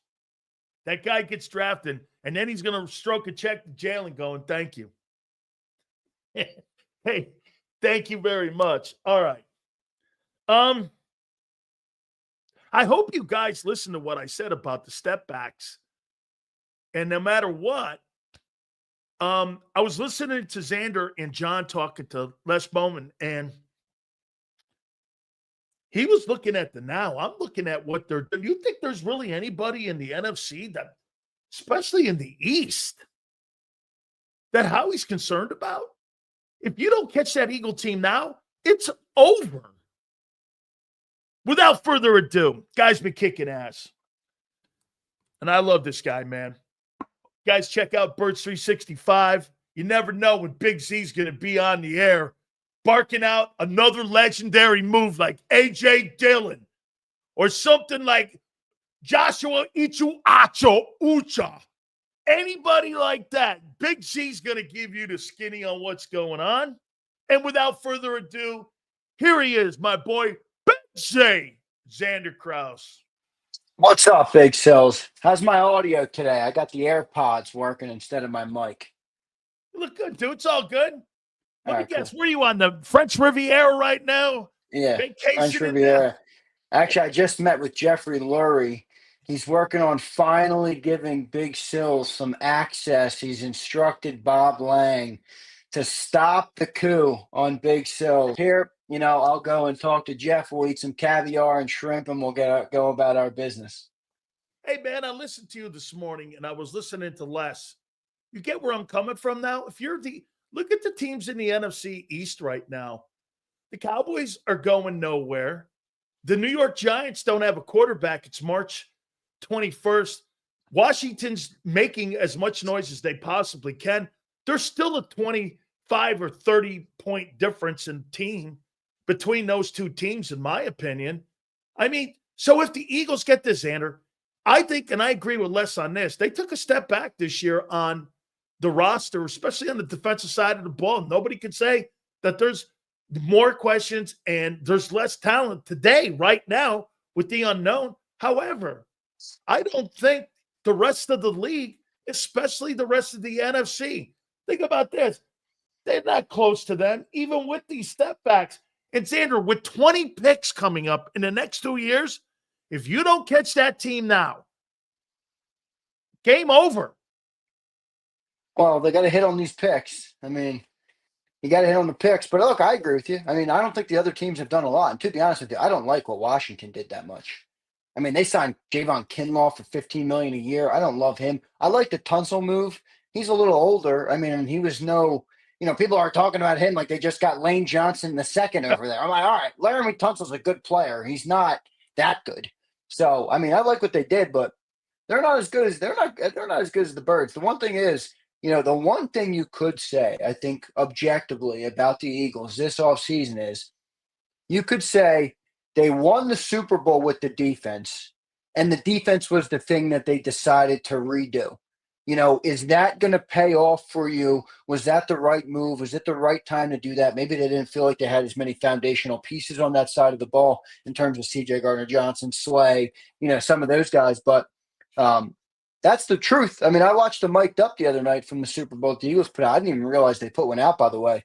And, I was quickly reminded in that game that the reason that you had the chance to get ahead early in that game was because of the defense. It was because of the defense. Remember, the first touchdown was great. You moved the ball to Jahan Dotson, then you had to push in. Then you had the field goal. Then you had Cooper DeJean's pick six, 17-0. Then you had Zach Bond's pick that turned the ball over inside your own 10 or 15, wherever it was. So you kind of got – the defense was the catalyst to everything that happened last year. And look, they went into it saying, we're going to rebuild that thing, and you could maybe question whether that was the right move, but I happen to think it was the right move because of the players they had over there. I don't think Milton Williams deserved $26 million. I just don't. Not here. No. I think he deserved it. That's the wrong word. I don't think he was the right guy for here for that price. So I'm not upset about it. I'm just saying I could see a guy like you or Jason Cole or, Les Bowen that we had on saying, yeah, let's see how this works out. I understand that. You think there's another move coming up with Howie here? Do you think there's a splash move this offseason, or do you not think that that's in the cards this year and that they're pretty status quo and that if there is a move, it'll be moved in the draft when it comes to moving up or down in the draft and not going out and getting some type of free agent sign, making a trade, putting some of those assets up to try to bring a quality safety in or maybe even another corner? Are all their moves coming up in the draft? I think so. Just because they're trying to get cheap. So, like, if you're talking about a move, like what kind of move are you talking about? I see Bob Brown talking about Trayvon Walker. I mean, so here's the thing with Trayvon Walker. He's been good, hasn't been exceptional. He's been good, hasn't been exceptional. He's got a huge upside. He fits the mold of the Eagles wanting young players in the room, so it makes sense. But are you now going to trade? Let's say I saw what you DM me in terms of the trade. I didn't like your trade, Bob. I'm not going to lie to you. let's say you pick swap. Let's say you trade the first, you get back a third or something like that. I don't know what you would get. I don't know what you'd have to send for Trayvon Walker. It's not nothing. So you're going to send that asset. Then you're going to pay Trayvon Walker what? $30 million? Yeah. $34 million? Yeah. Is he worth that? No. And then next year you're going to pay Carter 40, and then you're going to pay Nolan Smith 25. No. Like, I don't know if they're going to do that because of that reason. You think about some of those contracts they have coming up. I think their most value right now is by drafting a good player at the edge or on the defensive line. It's going to be Walter Nolan, in my opinion. That's who I like. I think that's the guy the Eagles should like because that solidifies your defensive line next to Jalen Carter for a long time, regardless of what you do with Jordan Davis or Moro Ojomo, and probably continue to boost the edge. I don't dislike what they've done at the edge. I'm not sitting here telling you it's all world, but the interior of our D-line is all pro level with Jalen Carter. So if you're going to continue to build up that interior, I think you can get away with having – I mean, think about it. Josh Sweat was a good player. Was Josh Sweat – I mean, yeah, he was good. He wasn't a headliner like John calls him. He says he was a headliner. Trayvon Walker would be a headliner. You can get – if Emmanuel Uche that you call him, and Azeez Ojulari, can they combine for 8 sacks? I don't think you can dismiss those guys like this, though. I mean, would you not agree outside of Carter? Milton and Josh are the best D linemen they had. I mean, you're talking now. I mean, they're your best guys. I mean, those were impact football players just by the amount of deals that they got. I mean, yeah, but who ruined games? It was Jalen Carter. I'm not saying those guys didn't have a part in that. I'm not saying that, but I think they're more replaceable than we think. That's how about this? Okay, how about this then? Don't you think Slay had a lot to do with the success of Jalen Carter? And I'll tell you why. If you're locking down a corner back there and you're locking down a wide receiver and you're not getting that ball out in time, and that quarterback's got to hold that football back there, right? You think replacing Slay, I'm not saying you do, is going to be that easy over there in that CB1. Now they're going to throw over Q on that side of the ball. Let's just say cornerback 2. Hey, dude, when you got good corner play, which you did this past season, don't you think that helps your D-line too? And holding the football and the quarterback has to hold the ball for them to be able to get back there? Absolutely, it does. Last year's Eagles team was a perfect complementary football team, right? Yep. Think about it. The offense helped the defense, and then even in the micro, like, the secondary helped the front. And that's obviously how football works. But last year was really a perfect clicking of it on all cylinders. And to recreate that will be hard. There's no doubt about it. It will be hard to do. Even if you get great players, it will still be hard to do because great players don't immediately assume that you're going to do everything right or you're going to win every game or you're going to make every right play. So I keep saying it's about the right players. It's about get the right players in the room. If they think Trayvon Walker's the right player, shoot, go for it. But I wouldn't say that that's going to be the fix-all, for everything. But I like Moro Ojomo, by the way. I like him a lot. Dude, he had major pressure on Mahomes in that Super Bowl. I mean, even in that, there was one play in that Super Bowl that BG came to the sideline. He's juicing up Moro Ojomo for a big play. So he can play that guy. I like what he's going to be. I'm not sweating Milton. You do have to get some pressure off the edge, though. No doubt. But maybe they'll do that. Maybe they'll go round 1 draft. Maybe they won't go Walter Nolan. Maybe they go Shamar Stewart or James Pierce or somebody like that. I want to do this exercise here with you, Xander, about the guys that I was going to go over with here and how I see your guys right now on March 21st here. I mentioned this with Hurts on the offensive side. I'd love to see him more under center, continuing to set the pass protections. I think he'll be better this year at that. Continue to improve on his reading of defenses, utilizing the tight end position a little bit more. But other than that, again, it's just improving and getting better. I mean, guy is a Super Bowl MVP. I mean, I'm just saying, continuing. Hey, the conversation, Brady used to say it all the time. What was the number one thing I used to do in the offseason? Was continuing to get better, continuing to read defenses and evolve because of, believe me, there's 31 other defensive coordinators out there that have game tape on Jalen Hurts right now that are figuring out and trying to figure out ways to slow him down like Wink Martindale told them. Remember what Jalen told you? I asked Wink Martindale what my biggest problem was. You know what Wink told him in 23 after that season ended? I knew you weren't running. That right there in a nutshell created what Jalen had and what that offense was. Remember, he wasn't running late because they weren't calling them running plays. So Right. to me, again, it's the continuing of the evolving of him as a football guy.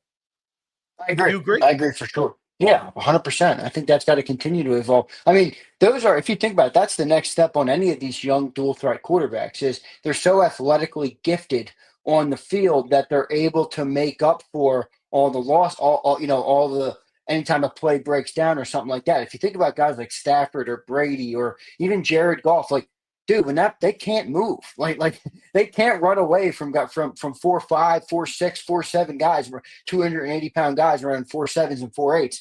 I mean, they can't run away from them. So if they didn't process the defense at the start of their career, they had zero chance at success. It's a lot different with the dual threat guys. And, Jalen I think he has made major strides. I mean, even rewatching some of the Super Bowl, he walked up to that line of scrimmage so many times and identified what was going on. And like you said before, that's not an ezy defense to do that on. No. All right. That's not on, That was his best game I've ever seen. That's not a play. Sean Desai defense.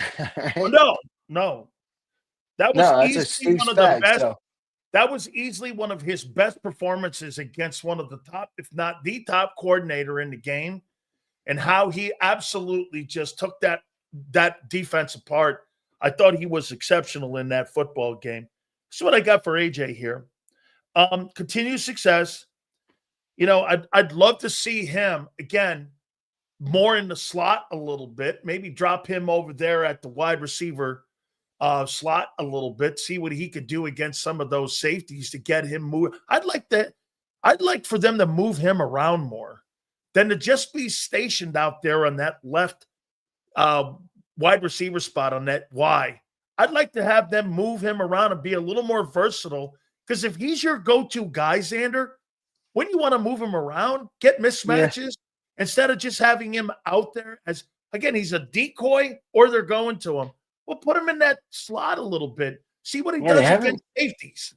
They haven't really showed a propensity to want to do that at all. I mean, they've kind of fallen in love with that. I'm talking about evolving the offense here, though. I agree. I agree with you. I don't disagree with you. I'm just saying they seem to have fallen in love with, all you got to do. Basically, what they're doing right now is it's pretty simple. But they walk up. Jalen identifies the coverage. If they have man coverage on the outside, it seems like they're going AJ Brown out there, and that's what they're doing. So I would like to see the evolution, but I do think it's a little overrated, Sills. I'm not going to lie. I do think, John talks with this all the time. He's like, everybody falls in love with these words like motion. And what does that mean? Right. And I kind of agree with him where he's like, every team's going to have a different look and different things are going to work on different teams, but adding motion is not just going to fix your offense. I mean, so it could be a factor. It could be something somebody uses, but that's not the way the team is built. And Jalen doesn't seem to have none of his offenses have ever seemed to have a lot of that. So I don't think they're going to go to that a lot, but I will say, I think they're going to have to evolve the offense somehow because teams are going to come into this year, so focused on the running game. What are the Eagles going to do to counter it? And it's going to come on the shoulders of Jalen Hurts in the passing game. I think they're more than equipped to do it. I mean, they did it in the Super Bowl. They did it versus the Commanders. They did it every time. They did it versus the Steelers. Every time they needed to do it last year, they did it. So I'm not saying they're not going to do it, but I think they're going to have to do it more often this year. Who plays right guard? Does John have anybody that they're leaning to? I mean, who's so listen the guy? to this. I know they want Tyler Steen to win it, but he couldn't Right. a year ago. I mean, who plays right guard? So listen to this. John brought this up, and I thought this was a good perspective. And this was just him speculating. This wasn't any inside info or anything. But he said, I'm thinking about that Kenyon Green trade, and I'm paraphrasing here on Johnny Mac, but I'm thinking about that Kenyon Green trade, and then I'm thinking about Tyler Steen. And Tyler Steen was drafted as a tackle. He played tackle at Vanderbilt for 3-4 years, and then he transferred to Alabama and played his last year of eligibility at Alabama and was a tackle every single year. So he's saying, you lost Fred Johnson. Steen wasn't necessarily able to win the guard job, Now you got Kenyon Green and Stoutland U. You still have Trevor Keegan. Is there a chance that they kick Steen into the swing tackle role and then try and have Trevor Keegan or Kenyon Green win that guard job, or potentially draft a player for that guard job? Now, maybe if Steen won the guard job, they would default to that. But if Steen lost, he could be your swing tackle. I could see that. Do you think he's aggressive enough to play that tackle position? I don't see it. I don't either. I'm just saying background I know. wise, maybe, No, like maybe it's a Stoutland thing where he's like, it's a good right. thought. Like they moved Becton inside, they put Steen outside. I get it. He's a good athlete. He picks his feet up. He's got decent feet, but dude, if you heard Stink when he was on last week, you got to have exceptional feet. And I think he's got good feet. I don't think he has exceptional feet. I don't think you have the guard in the building yet to play the right guard. Fair. That's possible. Possible. I just don't think they have the guy. Now, I think they're going to be fine with it because it's been an interchangeable piece. So let me go to right tackle here. When does Father Time catch Lane? I don't see it. Not this year. I don't either. Yeah, I mean, he had one of his best seasons ever. About Father Time at 35. I mean, I think you're always wondering it, right? I mean, 35 is like ancient in the NFL. But tackles seem to be able to play longer. You remember, Whitworth played a long time. Obviously, Jason Peters, played a long time. There's plenty of guys that do. Trent Williams right now is 40. Yeah, I'm going to say, how old is Trent Williams? Is he 40? He's 40. I mean, that's pretty incredible. So I think Lane, based on what he's shown, has not showed any sort of regression. I mean, last year was one of his best years ever, graded out wise, and I don't think he's slowing down at all. In fact, I think he could go 3-4 more years if he wanted to. I don't know if he's gonna, but 40. I think he could. Yeah, I think he could. Let me go to the defensive side here. You mentioned Moro Jomo. This is what I say to him. Can he fulfill the production of Milton Williams? Will he show the versatility of Milton Williams? By the way, March 21, I don't know. He's been productive, but it's a lot different, Xander, being the co-pilot than being the pilot. When you're the guy who's the starting guy. So that's still, again, now, do you feel comfortable? Because Vic loves the kid. We all have liked him for 3 years. The kid Booker's pretty decent too. I mean, he's a good player. So, I mean, that probably position is probably the less of the guys that you're replacing. Would you not agree? Yeah, I do. I do agree. I mean, I think you can. I think you're positioned there. And the other thing is, Sills, you drafted an All-Pro at defensive tackle. You're not going to keep by the way, based on our conversation on Jordan Davis the other day, if that's the style you're going to go, that you want to pay big money to have a nose so guys can defend the run, you can't pay another tackle on top of those two guys. You have to have some sacrifice somewhere. There has to be some spots that are cheap production. And I think you're positioned well to do it there. And it makes sense. I mean, you just can't go down. You can't have everything, right? No. I mean, so moving on from that doesn't concern me too much. Now, Mora was pretty good, dude. 400 plus snaps last year. That's not tiny. That's not a full sample size, but it's not tiny. It's a nice sample size. Yeah, and he was pretty good. So I'm pretty confident, actually, in Mora Jomo. I like him. He was meeting with the did you see that? He met with I don't know if it was like the Nigerian prince or something after the Super Bowl. Yeah. I don't know how it works over there, but I saw that. I thought that was pretty cool. The more I talk about Jordan Davis, the more I'm talking myself more and more into a 3-year contract for the kid. Now, listen to what by the way, all super chats will be read at the end. Please hit the like button here. This is what I said about Jordan Davis right now on March 21st. I think he has to define his role more. And what I mean by that is embrace it. Don't worry about being a free technique.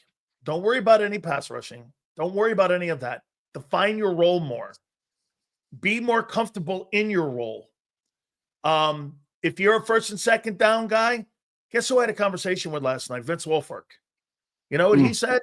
He thought for the first 2 years that he was not living up to where they drafted him in the first round out of Miami, because I think he only had like 19 sacks, 11, 13 sacks in his entire 10-plus year career. He won 3 Super Bowls. Yeah. Okay?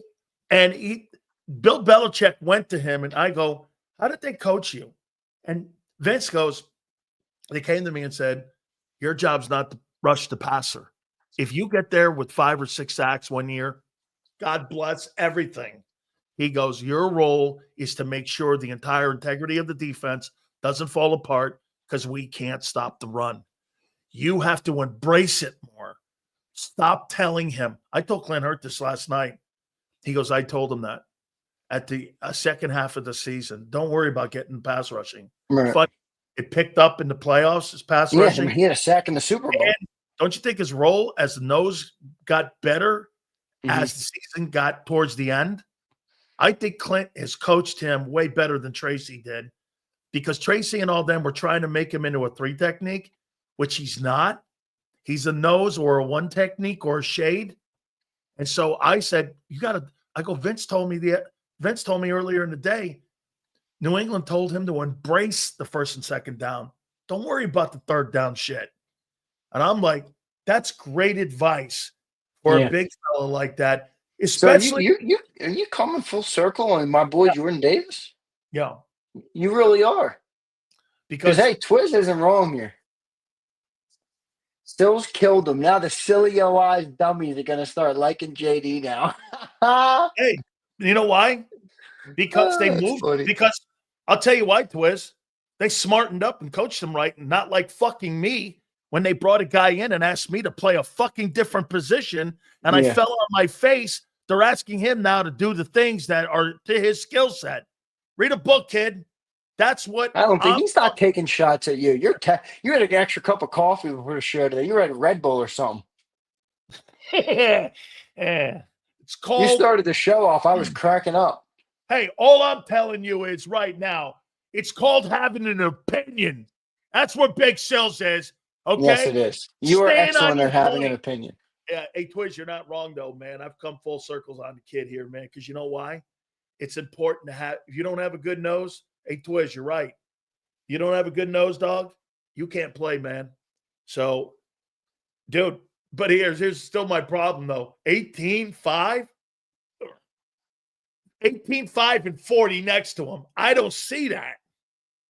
I just don't see that money, man. I don't. Do you really see the Eagles paying $60 million? No, $60 million and 2 dudes.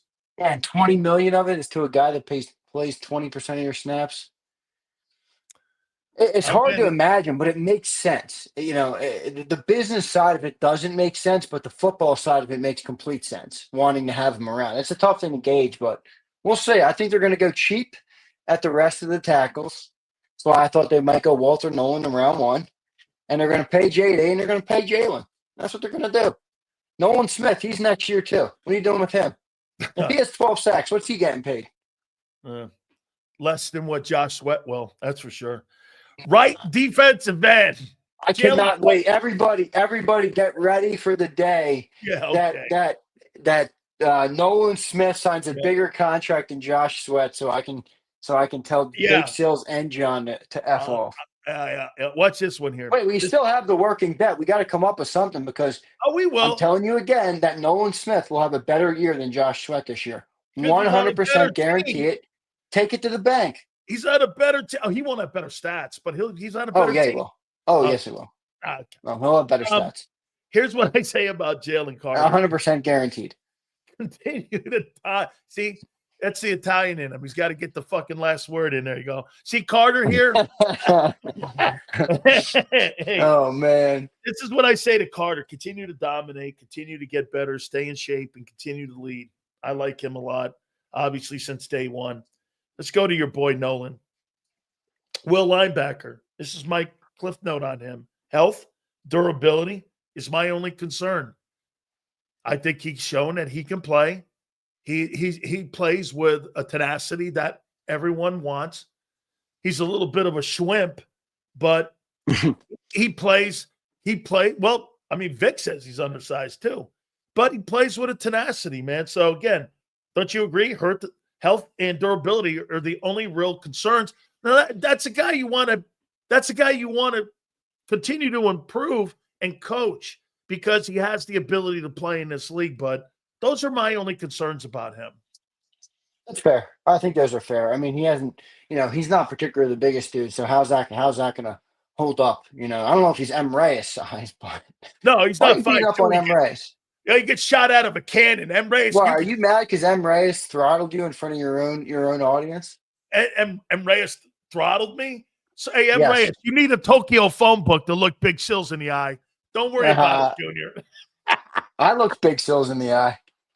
I know Big Sills was like, "Holy shit, what the I know. hell?" I couldn't believe it, man. Here's Zach Bond. You think this guy's a one-year wonder, or does he No. do it again? No, he's not a one-year wonder. Go watch him play, man. He is not a one-year wonder. He is fundamentally, technically sound. He smothers the ball. He's smart. He communicates. He knows where to be. And the other thing about him is his history as coming off the edge aids him tremendously in the run. If you watch teams try and run on the Eagles last year, where Zach Bond was in those plays. He was incredible in those plays. So I have no fear of Zach Bond falling off. Zero. And plus, when I hear him talk, he's not real great behind the mic, but you know what I do love about it? He's like the comic guy. He kind of like really fits in, man. And I mean, he's a really good football player. All right, here's the Kobe Dean. Health and durability, another guy, right? Yeah, agreed for sure on him. All right, strong side linebacker, Bryce Huff. What is he? Who is he? What does he do? Does he do anything well? No. What is Bryce Huff? What is he? He's got to be better because how can it be worse? I mean, shit, seriously. The only thing I would say about him is like, people have talked about there's no way you would move on from him. And I don't disagree because you don't get anything. You won't get an asset and you're going to eat money. You're going to lose money. So, but the one thing I would say is like, where is Vic Fangio on him? Because the one thing Vic showed us last year is if he likes you, he's going to play you. He doesn't care where you came from, where you were drafted, what position it says you play. He doesn't care. He's going to use you how he sees fit. The other thing is, if he doesn't like you, he's not going to use you. And he didn't like Bryce Huff very much. So what does Vic have to do differently this year? Or what does Bryce have to do differently this year for those two to work? Because right now they're oil and water, and I don't see it. Boy, I'll tell you what I think he thinks of him. How was that active on the roster for the Super Bowl? I mean, I guess the company line that they've been told is that he was sitting out there and ticker tape was falling on him. Everybody, and you know where Bryce Huff was? He was in the fucking locker room, sucking on ice, and everyone. Look at this comment. Let's look at my boy Curtis. You agree with this? He says Vic don't like Huff. Uchi is going to get more snaps. Uchi Coochie is going to get more snaps. Uchi. Wait, I don't even remember this guy's real name anymore because I've been listening to Uchia or Uche. Joshua Uche. Uche, yeah. That's what it is. Yeah, Joshua Uche. The Joshua tree. Wait, well, do you think he'll have more snaps than Huff? I think everybody you signed outside that guy from New York, just a dude. Just a dude. So was Zach Bond last year. Yeah. Yeah, you're probably right. You're probably hit on Reggie White with Emilio Acho Uchi Coochie Uchi Coo. Oh my God, you sound like John McMullen. Well, the statistical probability of that is very low. Okay, I get it. Well, it is. The statistical probability of winning a Super Bowl is very low. Do I say that's never going to happen? I mean, shut up. Look at these numbers. Guy with the fucking optimism off the parade route. I love it. What do you mean? We just won a You're Super Bowl. Take Emilio Acho Uche, where everyone dumped on every one of these guys, and all of a sudden, just because they're wearing eagle green, all of a sudden they're turning into Hugh Douglas. Wrong. Jason Cole is a voter for the Hall of Fame, and I heard him say yesterday that the Eagles and the Chiefs are neck and neck for the best franchises organizations in the NFL. They are. I'm not looking at it through an optimistic lens. I'm being realist. Right now, in the last 8 years, the Eagles have been one of the best organizations in football. I am betting that they're going to continue to be that because they have enough pieces in place to continue this run. I don't think I'm being overly optimistic. Being overly optimistic would say Mauro Jomo is going to be the greatest player on earth. Jordan Davis, pay him $18 million. Pay everybody. Bring everybody back. They're going to be the number one defense in the NFL again. Jalen Hurts doesn't have to improve at all because he's already the second coming, and we're good. That's being ridiculous. We're going to take a step back on defense. The team is in perfect spot to contend again. And our general manager's cooking right now. So if he cooks again this offseason, we're going to be in a good spot. There you go. That's what I like, baby. Build that bitch up here. Left cornerback, cue ball. We got Quinyon Mitchell moving over to, he's taking on the top receivers. Last year, he took on receiver number 2 most of the time in games. You think that's a different cup of tea when you got to be the guy and you got to play like Slay? It is. It is. Huh? But Q's ready for it. He is. I mean, Q had some tough competition last year on that schedule. He didn't play up against all trash can wide receivers. He had some real battles last year that I thought he earned his stripes on. It's the one thing for me to say, hey, man, you got pedigree, you're a good player, you're going to go ahead and do it. It's another thing to earn your stripes, play versus great receivers, lock them up, do things like that. And I think Q's earned it. I think I will say it's probably fair to expect a little bit of a learning curve for him to figure out how to be the main guy out there in the secondary. I think that's probably a lot different than having a guy like Slay out there. But I think Q will be all right. I think he clearly has the traits and the skill set and the mindset to do it, but we'll see how he handles it. I think he'll be all right. How much of the loss of Slay in the locker room and in practice Monday through Saturday, when those guys and those young players all have questions, is going to be a miss when all those guys don't have that one veteran guy to go to back there? Do you think they need a veteran corner back there to kind of for these young guys to still go to? Because you saw Cooper DeJean against Adam Thielen. I wouldn't put Adam Thielen in the top 30 wide receivers in the league. No. He schooled his ass just by being That's a savvy guy, though. That's a savvy guy. It is. And he's a great route runner. Mm-hmm. He runs his routes. And, I mean, do you think they need, instead of getting in the draft younger, do you think you need another experienced guy? Like, I saw something out there. One of the top guys that's still out there is Asante Samuel Jr. He's only 24 years old. Guy can't tackle. I don't want him. Stay in the AFC. You're not built for Philly. Can't tackle. They said the same shit about Isaiah Rodgers. You're going to come to Philly and play in Philly in a cold weather town in an outdoor place and play in the NFC late in January? 10 yards off the ball, man. I mean, they said the same shit about Isaiah. Isaiah was a good player. Maybe as a swing corner. Maybe. But they got a Dory, so I don't see him going down that road. Okay. All right. I just don't. And by the way, just to answer on Slay, I'll tell everybody in the chat right now, me, Stills, John, I don't really care what anybody's opinion is of Slay anymore, because how many times have I heard, he talks like that? I listened to Devontae Smith on a podcast last night basically break down why when he came into the league and Darius Slay watched one single route, and every single time he ran something in practice, Slay was like, what are you doing there? What are you doing there? I know what you're doing here. He called out every single route. So a guy like Devontae Smith, who I view as a true professional, as a master of his craft, as a guy that works hard for it, is an excellent route runner, tells me Darius Slay immensely helped me in my progression as an athlete. That opinion is going to matter more to me than what I think of Slay's conversation on the podcast. I'm sorry, it just is. I like Darius Slay. I'll always respect what he did for Philly. Great corner, one of our best corners here, definitely in the last decade. And I think he's going to be missed. I do. I think he's going to be missed. I think he has some stuff he does that, I get it. But overall, he's going to be missed for sure. Boy, you bring a story up here that I remember, like, getting into a pass rush lane. And I remember Randy White, the legendary Hall of Fame defensive tackle for the Cowboys, goes, "Why are you rushing head up?" And I went, "Well, he goes, "You're beat.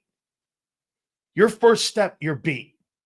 And I went, "Well, how do I get into him?" He goes, "This is a game of angles. It's not a game of head up.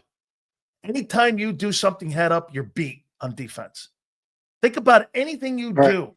I'm sitting there listening to this. Everything I thought I fucking knew about bull rushing and pass rushing was thrown completely out the door when he goes, angles, the degrees of angles, all that shit that Slay was talking. Remember, I brought that up to you guys can you imagine being Q and having A.J. Brown and Devontae Smith passing their knowledge on to Quinyon Mitchell and Cooper DeJean in practice Monday through Saturday, on how important that was on not getting turned around. You're right. I think that's a lot of experience back there that you're going to miss when it comes to not having him back there. What are they going to do at strong safety? Are you That's a just good going question. Yeah, what are they? Christian McCullum's back there. And what are you going to It's do one there? spot they haven't addressed either. You know, like corner, you could argue they want Keeley, but they brought in Adoree. You know, you could argue they want offensive guard, but they brought it, or Steam, but they brought in some others. You know, they brought in edge rushers to challenge Jalen Hunt. You know, they haven't addressed it, so I don't know. Maybe a draft early will happen. Maybe they like Sidney Brown a lot. I mean, I don't know. The guy plays with his hair on fire. He's physical. A lot of traits about him that I like. I just don't know if you can rely. I mean, I don't know. I don't know how big of a drop off you're going to have there from C.J. Gardner-Johnson. Now, C.J. wasn't the best in coverage, but I don't know how good Sidney Brown's going to be in coverage. I mean, it's not all safeties are great in coverage, especially a guy like C.J. who's more of a ball hawk, playmaker, thumper type of dude. So I think you're going to have a big miss there. But with Q moving over to that side, it makes me feel a little bit better about that patch of the defense that we've been talking about. But again, I mean, it's a lot of moving parts. There's no doubt about it. You have a lot of moving parts on this defense. So how will they prevail? Do you think it's going to be Sidney Brown? I mean, have you seen anything from him? No, I think they're going to have to address that in the draft. I think they're going to give Tristan McCullum an opportunity to win that. But since you made that point that they're going to move Q over to the right cornerback, the entire left side of the defense is this now. Unknown at left corner, unknown at safety. How does that affect Reed Blankenship's play when you've got a completely different crew on the complete left side of him, and you've got Q over on the right side? And if you don't get the pass rush and the pressure with the new guys, how does that affect that entire secondary now? Because look, Reed on each side of him, he had CJ and he had Slay, and he's in the middle of that. Right. How do you think you're going to play? It's like telling me how good Becton's going to play when you got Lane and Juergens on each side of him. So when you're now Reed Blankenship and the entire left side of that defense, or how about this, the safety you bring in or the safety you put in there, you're going to have a new corner and you're going to have Reed, and who's playing that safety? And the other guys moved over to the other side. I think that's going to be what do you think is going to be tougher to replace, the edge rushers or the secondary guys? Because you're moving a guy, and then what do you actually – here's the other question. What are you doing with Cooper? Are you keeping him where he is? Are you sold that – because let me tell you, if you don't move him now, you'll never move him. Yeah, I agree. But it does look like Cooper's going to be back in the slot. It does, that's what it looks like right now. I mean, I heard him on a podcast saying he wants to stay in the slot. I don't know if that's his preference or his agent or whatever, but I think that's what's going to happen there. And you bring up a good point. I mean, you lost 3 guys on the line in Sweat and Milton and Brandon, but you also lost 3 secondary guys as well in Slay and C.J. Gardner-Johnson. And who am I missing? You miss Isaiah.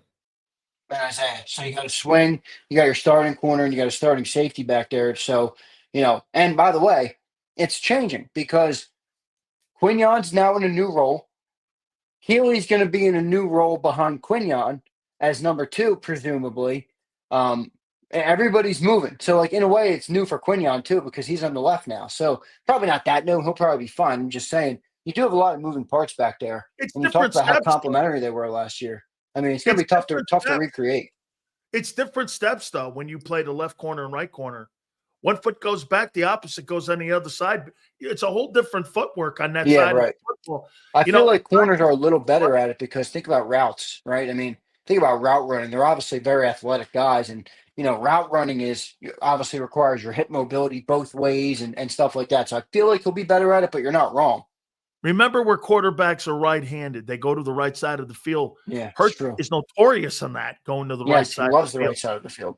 Okay, so most quarterbacks who are right-handed don't throw the opposite side of the field. That's why that corner 2 guy doesn't get as much money as the corner right guy does, because that guy's seeing most of the top routes going towards his way. And also, Xander, with those new holes you have in the secondary and maybe question marks on your pass rushing, how does that middle of that zone and that too high safety with Zach Bond, is it going to get bigger because you have less of experience at the safety position and the corner? Does he have to play more off the ball? Does he have to play deeper until he gets his footing, until you find out who that guy is? How does that affect Zach Bond's play? Yeah, it's a good point. It's a good point. And in front of him, right? I mean, you have to change in front of him with Milton and Sweat going on that right side of the defensive line, and you have potential secondary changes behind him. Now, I look at Bond and say, look, you got $15 million as the linebacker. You were the All-Pro last year. You got to be the stabilizing force, right? I mean, you have to be the crutch, the foundation that those guys can lean on. You can't rely on Sidney Brown. You can't rely on Moro Ojomo and Jalix Hunt. Okay, they got to rely on you, and that's how it has to be. So Zach Bond, you remember the conversation you had? Was it Phil Simms or Boomer Esiason who said Jalen Hurts has to learn to play with his contract? Boomer. Zach Bond has to learn to play to his contract. You're no longer the scrap heap guy. All right. You're the $15 million first team All-Pro linebacker. Act like it. Make everybody around you better. Make sure your secondary guys who are new to the starting lineup know where to be, what they're doing. Make sure you communicate with them. Make sure you get them up. If Jalix Hunt is relying on you to be behind him, be behind him. You know, he's got to learn to play with that contract a little bit. I think he will, but I'm just saying, I think he's going to have to take a bigger role. There's going to be a lot of questions and answers as we go into minicamp, training camp, and we go into these OTAs. So, all right, we're going to get to the supers here in a second. Please hit the like button here. You know what we got on Saturday, right? No, what we got? John Calipari versus Rick Pitino, baby. On yes. Saturday. Yes, I watched St. John's last night. I started. I watched Arkansas knock off Kansas yesterday. Yeah, so in my studio at home where I do all my shows from, you guys know my studio, obviously my backdrop. That's where I watch TV too, because I have a little TV in the corner over there. So, you know, sometimes I just got to get out of there. I was falling asleep in my desk chair last night at 11 o'clock watching St. John's. I'm like, all right, I got to go up to bed. So I didn't catch it all, but I did watch some basketball. Alabama just won today. Dude, Alabama's good. Were they a 2 seed? Yeah. How does it feel that we're now a football school and a basketball school? Hang on for a second. Who would have thought this? Auburn and fucking Bama are number 1 and number 2 and 2 seeds. It's crazy, bro. NCAA tournament. It's wild. I mean, dude, what happened to the ACC? They only had 4 teams going into the tournament. The SEC had 14 teams get in. Missouri got bounced last night. I was looking for my boy. We have one of our viewers is a Missouri guy, and he was ragging on me because Missouri beat Alabama in basketball earlier in the year, and they got bounced last night by like Drake. Again, yeah. Man. Don't you agree, Xander? Like the tournament, the first week and the weekend, it gives you draw. Is there another sporting event outside the NFL that you think tops the NCAA tournament? Yeah, I do. Which one? I like the tournament, but I'm a hockey guy, but I think the Stanley Cup Finals are one of the best sporting events you'll ever see. It's my favorite trophy. Can win the cup, huh? A 7 seed can win the cup in the NHL every single year. That's why I brought that up, because people always say that's what's cool about the NCAA tournament. Well, hockey fans know. Yes, there is never a year in the NHL ever where the winner is guaranteed. Ever. It doesn't matter how good your squad is. There's never a guarantee. And I love that about hockey. Now, you could say that about every sport, but who's winning the MLB World Series this year? I don't care. The Dodgers.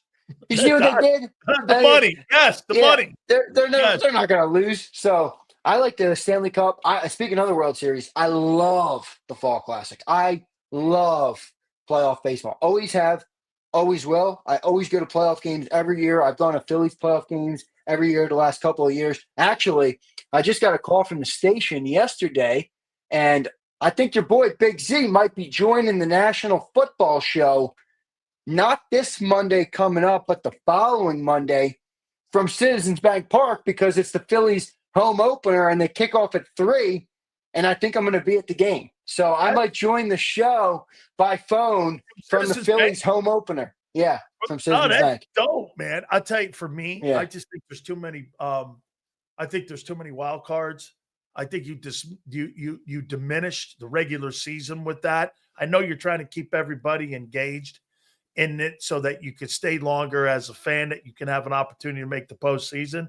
But I think the postseason gets a little bit watered down until you get to the divisional round. And to me, the divisional round, and then you get into again the ALCS and the NLCS, and then you get into the World Series. That's when it does get heated up. When I grew up, dude, I wasn't a football fan. I was a baseball fan. I was a basketball fan. I was a Yankee fan. I'm going to revive my Sixers fandom, even when they're at their low right now, because I love basketball too much, and I want to be a fan. But the Sixers have truly made it hard. Like I was a devoted process guy. I loved Embiid. I went to the game on Christmas Day one year when we had Ben Simmons and Joel. Like we were big. I was a big Sixers guy, and they have made it. It's agonizing turning on a Sixers game. I get upset. I'm like, I don't want to watch it. It puts me in a bad mood. So I'm trying to revive my Sixer fandom. Hey, when that Embiid basket, when that went around the rim against Toronto, that had to be the highest moment of Embiid's career so far in the postseason. If he makes that shot, it's probably a completely different, because Toronto went on to win the coulda, shoulda, woulda NBA championship that year. Coulda, shoulda, woulda. Twiz says, thought you were a Yankee Doodle. So I've always been a Yankees fan because my dad grew up. He was a massive Yankees fan when he was a kid. It was the only station he got. I'm a huge Yankee fan. He was a Yankees fan. So I grew up as a Yankees fan, but I'm a Philly guy, and I've always loved the Eagles and the Philly and the Sixers. So I've always said to myself, Twiz, I'm a Yankee fan at heart because there's a picture of me at the 2009 World Series with my dad and my brother, and I'm decked out in Yankee gear, and they're versing the Phillies. So I said, because that picture exists, if they ever play, I have to root for the Yankees. But the Phillies are in the NL, and they've always been my NL team. So I like rooting for the Phils. Look, Twiz, I love when Philly does well, man. I want to see Philly. As much as I hate the Flyers, I'd like to see the Flyers be good too. How about this, Twiz? I used to go and I used to sneak over to that place, Shea Stadium, and I could watch this, Twiz. Boone behind the plate, or if Carlton was on the hill, you had McCarver behind the plate. You had Luzinski. You had Maddox. You had Johnstone. You had Boa. You had Schmidt. I forget. I think Lundberg was in the rotation too. McGraw was your closer. Dude, oof. I know that whole team, man. I mean, they used to come in and it used to be Seaver, Carlton at Shea Stadium. Xander, if you love baseball, right? Well, you could get out of that game with Carlton pitching for the Phillies and Seaver for the Mets back in the day. That thing's over in 2 hours and 5 minutes. I believe it. Because they went 9. Yeah. They went 9 innings. Let's read some of these supers. We got Farzad at the bottom of the hour here. I apologize for my audio if it's not great today. I'm on the AirPod. Good, bro. We're good. It's Friday, man. Yeah. Yeah, but that doesn't mean anything. What does that mean? Anthony Wilson, what's up, bro? They are trading Huff to San Francisco. Salah likes him. If Salah liked him, why'd he let him walk out the building in New York?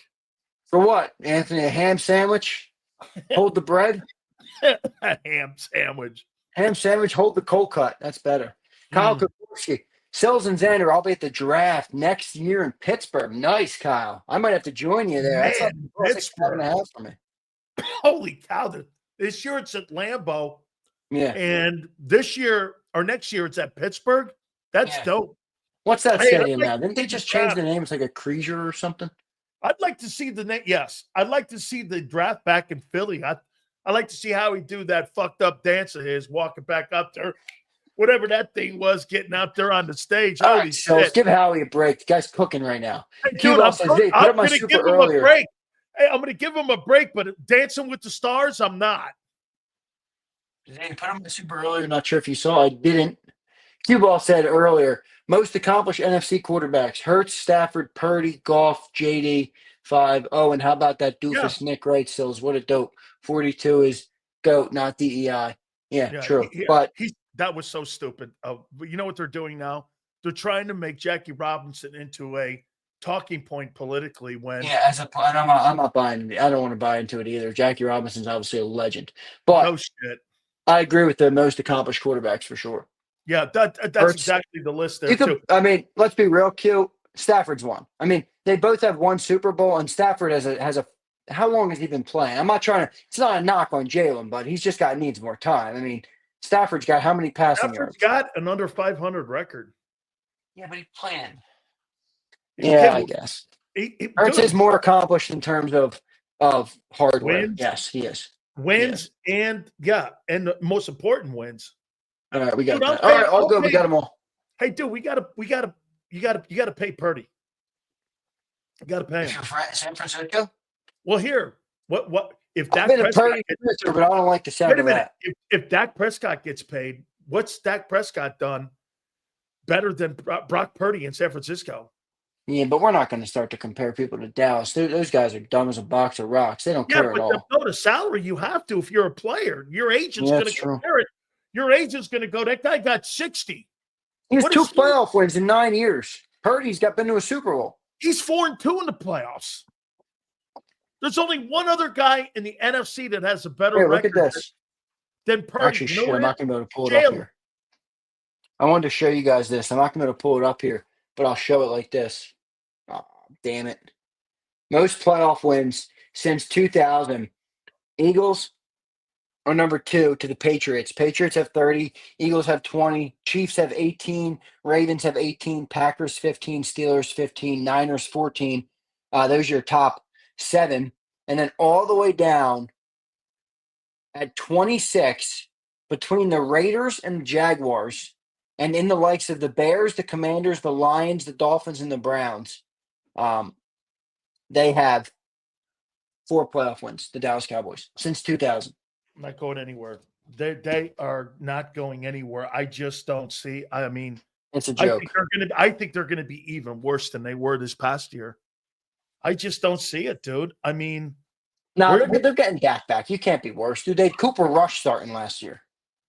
They're getting Dak back, no O-line and no running back. Yeah, but Dak is gonna come on. Cooper Rush. Who's their other receiver?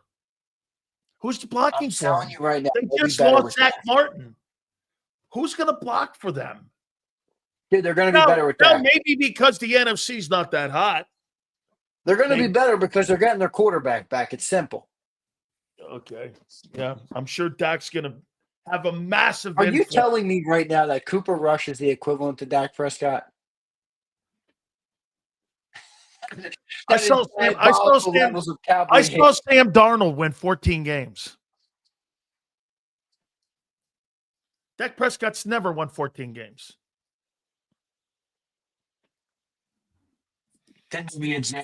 Yo, Pumper, don't ever call me that again.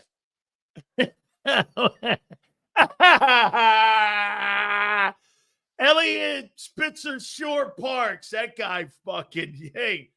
I don't know. I tell you, man. You talk about it. Come on, yeah, Paul. well, definitely shady. They definitely don't get playoff wins. We just talked about that. All right, Xander. All right, let me go. Yeah, you're driving me crazy now with that crap. Hey, Emilio Ucho Acho. Hey, man, I'm sure he's going to have more sacks than what Josh. If Emilio Ucho Acho gets how many sacks next year, you have to do something. 6 and you'll do what? I don't know yet. We'll come up with that. Not wearing Uche jersey because I'm not buying it. Nolan Smith stats next year: 32 tackles, 5 sacks. Oh, stop. And 3 TFLs. 12 sacks for Nolan next year. That's it. How many? 12 for Nolan. 12. Oh my. Holy cow. Let me go. I'll talk to you later, Xander. Later, dog. Appreciate you guys. Hope you all have a great weekend. Make sure you guys please hit the like button. Farzetta's coming up next. Don't forget our great friend at Morgan & Morgan. #1 injury law firm in America, folks. We've been telling you now here, over $20 billion in recovery for families across the country. Like right here in Pennsylvania, $650K was initially offered to a family in PA. They got $26 million in recovery. How about that? Also, a family down in Florida, $350,000 was initially offered. They got $12 million. If you're ever injured, please do me a favor and check out my friends at Morgan & Morgan. Again, the fee is free unless they win. For more info, go to forthepeople.com/Big Sills, #529 or FOR thepeople.com/Big Sills or Powerball 529. And do me a favor, tell them Big Sills sent you. This is Eric. When he got injured in a car accident, he called Morgan & Morgan. He not only gets a lawyer, he gets trial lawyers like Sam and Jessica who are in it to win it. He gets his own investigators with briefcases, leather ones. And if you ever have questions, our customer service folks keep things rolling.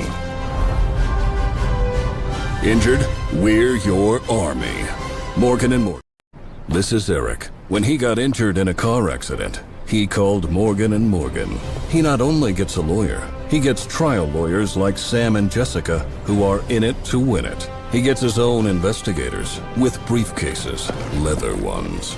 And if you ever have questions, our customer service folks keep things rolling. Injured? We're your army. Morgan & Morgan, America's largest injury law firm. Your financial future is on the line. Are you ready for what's next? At Leone & Company Wealth Management, we help young professionals, business owners, and pre-retirees navigate the complexities of building and protecting wealth. For young professionals, we'll help you grow your wealth, plan for your future, and make the most of your hard-earned dollars. For business owners, we provide strategies to protect your company, manage risks, and create a lasting legacy for both your business and personal wealth. For pre-retirees, we'll design a plan to secure your retirement, ensuring you can live comfortably and confidently in your next chapter.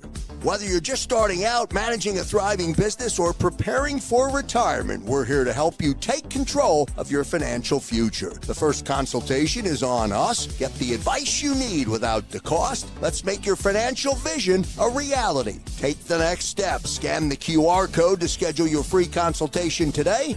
And of course, go Birds.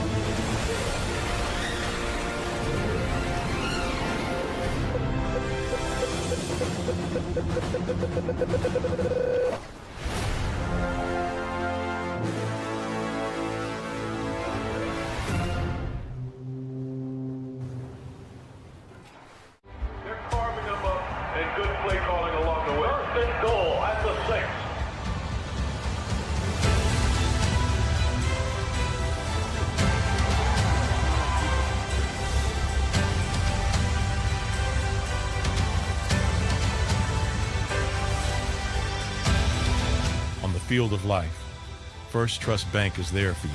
Champions on 3. 1, 2, 3. Because Philadelphia dreams deserve a Philadelphia bank. In our hometown, we all look out for each other. We step up to keep our communities going strong.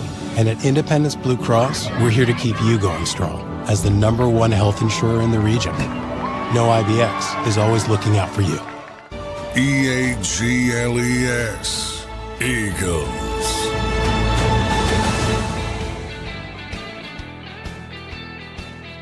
Big Sills National Football Show. Do me a favor, guys. Please hit the like button. You know, I was thinking about who we were going to get on today, and I said, what do I have coming up in the next couple days that's Italian related?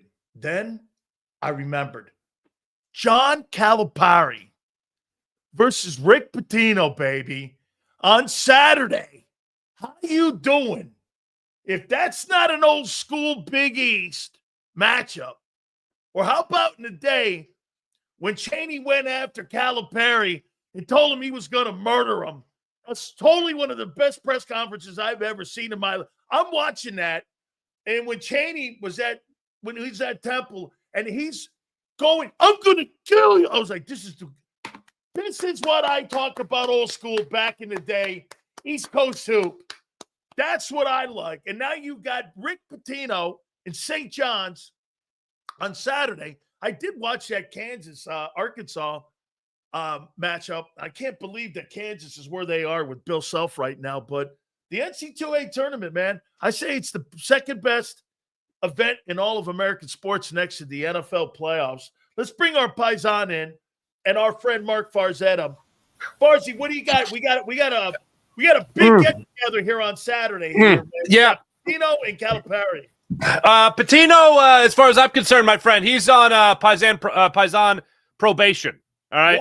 Yeah, he's on probation. All right. Here's the St. Patrick's Day. He's talking about chugging Jameson. You don't celebrate St. Patrick's Day. All right. That's for the Irish people. So the Irish people can feel as good as the Italians feel every day. They get one day to feel great, and then the Italians have the other 360. Rick Pitino was talking about chugging Jameson. Paisan probation, as far as I'm concerned. Now, Calipari, we're cool. We're cool. No problem. The last time, I think they faced each other since then, but I remember the first time they faced each other, it was, I think, at the Marcus Camby UMass team. Okay. I think that's, yeah. A million years ago. And it was like such a was thing. He at Providence? Was he at Providence then? He was with Kentucky? He was Calipari. I forget where Pitino was. He might have been Kentucky. But I know Calipari was with UMass and Marcus Camby and that squad. And it was like such a thing that two Italian-American coaches were facing each other. Yeah. And I remember they literally were comparing each other and they were like, there's really no comparison other than this. And then I think Calipari said, my nose is bigger, but that's about it. Man, you like the NCAA tournament? Man? I got Houston winning it all. I get into it a little bit. I'm not crazy about it like some other people. My bracket looks like the meme that's going around right now, which is just, can you believe the Eagles were up 34-0 over the Kansas City Chiefs? That's I was at a great event yesterday, though. I got to say, for Phil Abundance, give them a shout out.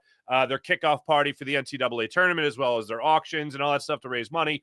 It was phenomenal. The vibe was great, and people are excited, despite the fact that no Big Five team is in the NCAA tournament, which is, of course, heartbreaking to me. But other than that, I know it's a party for the rest of the country. All right. Well, the party down in Philly a couple months ago was obviously the victory parade. And all of a sudden now I look at that Eagle defense and I don't see that same group out there. But listen to this here, Farzy. So here's the hit list here, but I'm going to go somewhere with this. And because I heard Les Bowen on with the guys this morning on Birds 365, and so here you go. Maddox signed today with the Lions. So your little light there in the safety position. Not that that's a gigantic loss, but Milton Williams, Josh Sweat, Oren Burks, CJ, Slay, Isaiah Rodgers, even Kenny Gainwell. You're talking Fred Johnson was your swing tackle who had a really good game against Trey Hendrickson. He shut his ass down. You had Becton gone and Small Hands Pickett. The whole group is what I'm talking about here. You know, you may take a step back this year roster-wise, but compared to the rest of the NFC East, I mean, look at the Giants, Farzy. The Giants don't even have a quarterback on March 21st. They don't even know what – I mean, you're talking Wilson or Joe Flacco. You're not going anywhere with that. I mean, the Cowboys are still going around that toilet bowl, not being able to flush it. Washington's the only other team. So this may be a 12-win team. But isn't that good enough still? Think about it here, dude. Look at this. Next year, you have all those picks in the next 2 years. You have 20 selections. You're positioning yourself money-wise. If you don't catch the Eagles now, game over. I mean, they're positioning themselves while rebooting, and they're still a 12-win team. You think Howie's played the numbers and went, nobody in the NFC's catching us. Let's take a step back so we can be competitive the next 6 years. Our younger guys are hitting. We got 20 draft picks coming up. I can't believe teams like the Giants, the Cowboys, even the Rams. Now, they got Devontae Adams. Haven't made bigger swings now because if you don't catch this team, they're positioned for great success over the next 10 years. I don't think I've ever said anything that sounds more homerish, but is also exactly how I feel, and I do believe it's accurate. And that is the rest of the league had a lot of catching up to do.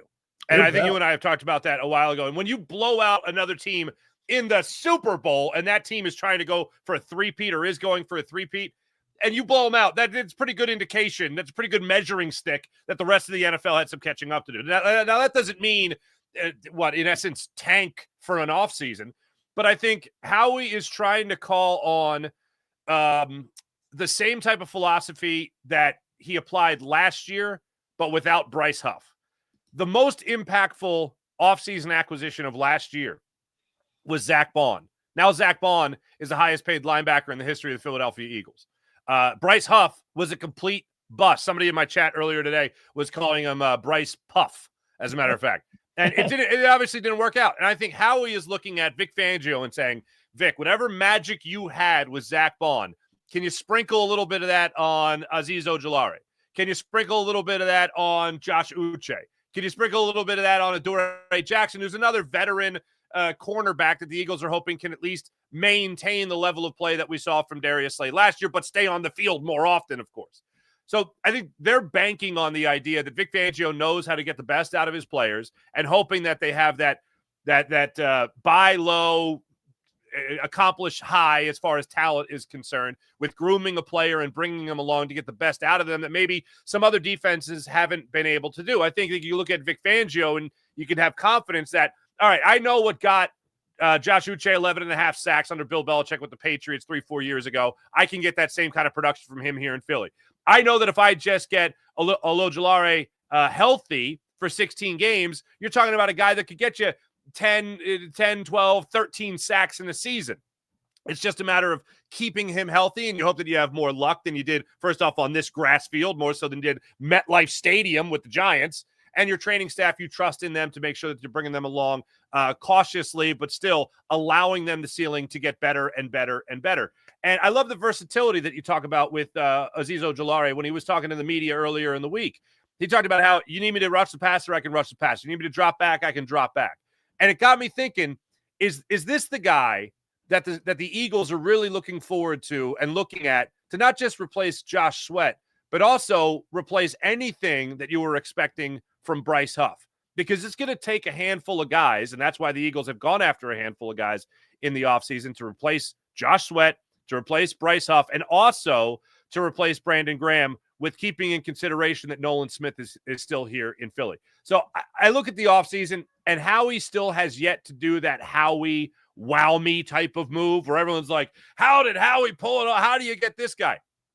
And the only one that really jumps to mind, and it hasn't happened yet, but the only thing that makes me think Howie is gearing up for something, because when you don't sign Oren Burks to a 2-year, $4 million deal, it makes me think, okay, you're really pinching pennies in certain aspects here.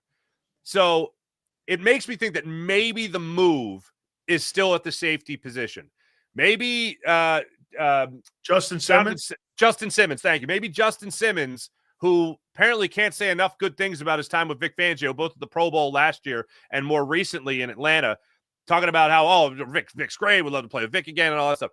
It makes me think that Howie is pinching pennies so much in this offseason that it's not just to give Lane Johnson an extension. It's not just to sign an extension with Saquon Barkley and ultimately save money on the cap this year in doing the deal. But he's pinching pennies so much, it makes me believe it's not just preparation for the draft. It's something that is lying in wait, waiting for the right shoe to drop, and he's going to make a bigger deal that is going to be that Howie wow me type of move.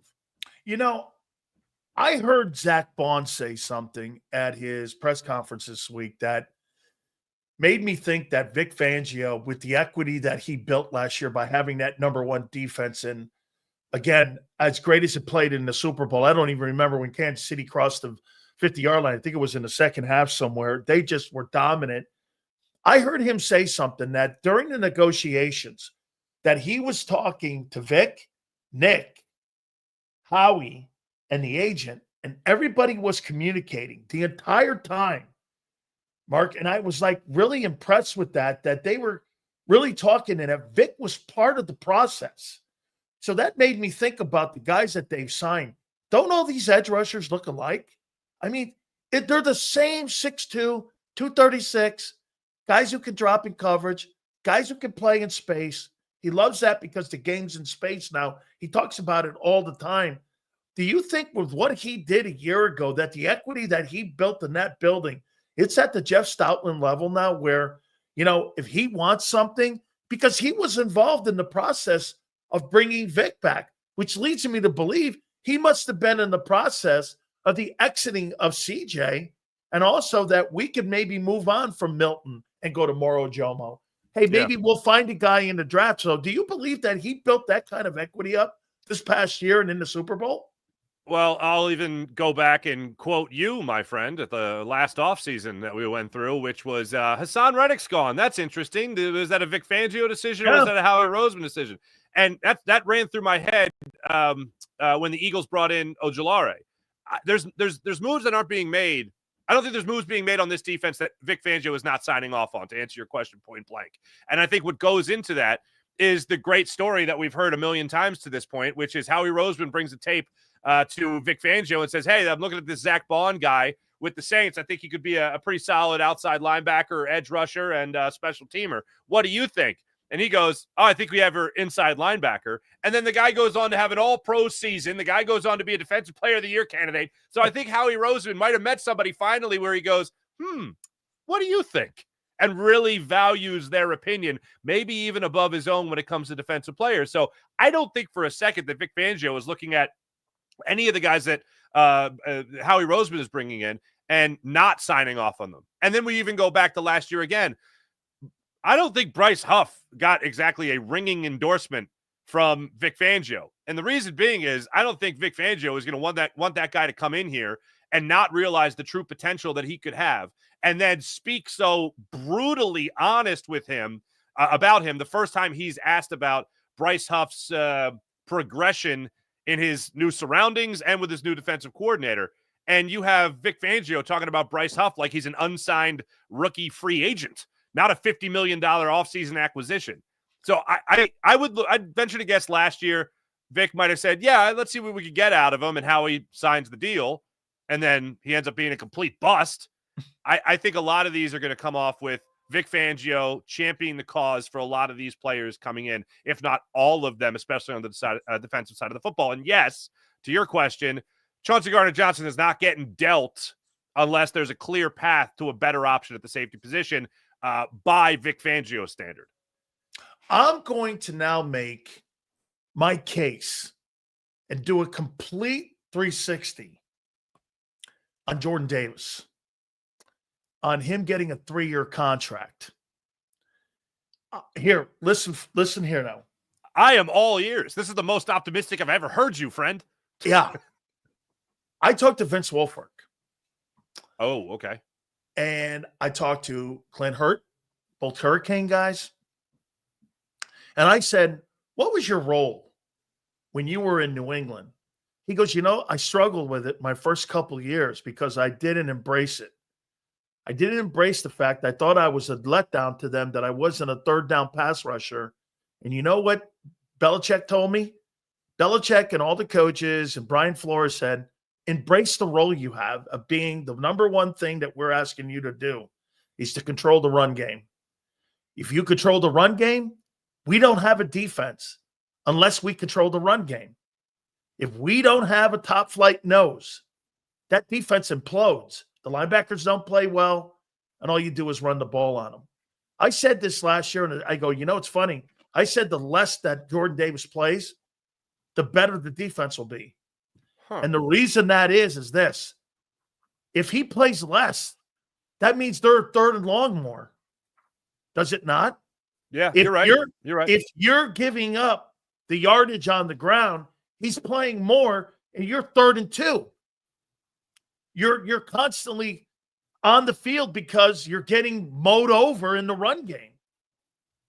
Without a great nose, Vic Fangio's defense can't run, because if you're giving up the run, you have no defense in a 34 front. So to me, he's one of the most instrumental things. I mean, Zach Bond played well. Why? They were number 8 against the run. I mean, their secondary was good, because how many times did we see, Farzy, last year that the Eagle defense, look at the Super Bowl, how many times were Kansas City in 3rd and long, 3rd and 10, 3rd and 13? I mean, without his play, hey, he may play 25 plays a game, but those 25 plays are winning first and second down, are they not? And then you bring in your talented pass rush. Do you know why they got away not having an elite edge like Hassan Reddick with 15 sacks? Because they stopped the run. And they could win with guys out there with 6, 7, 8 sacks. They rushed 4 guys in the Super Bowl. They didn't blitz one time because they could stop the run. That's my case for him. Now, is he $18 million? I doubt it. But the option of picking him up at $12 million to keep the integrity of the scheme, I don't know, dude. I mean, who are you putting? I tell you this, if you get rid of him, I don't think there's less double teams on Jalen Carter with the guys that you have in the building now, do you? No, absolutely not. With Milt Williams not being here, of course not. No.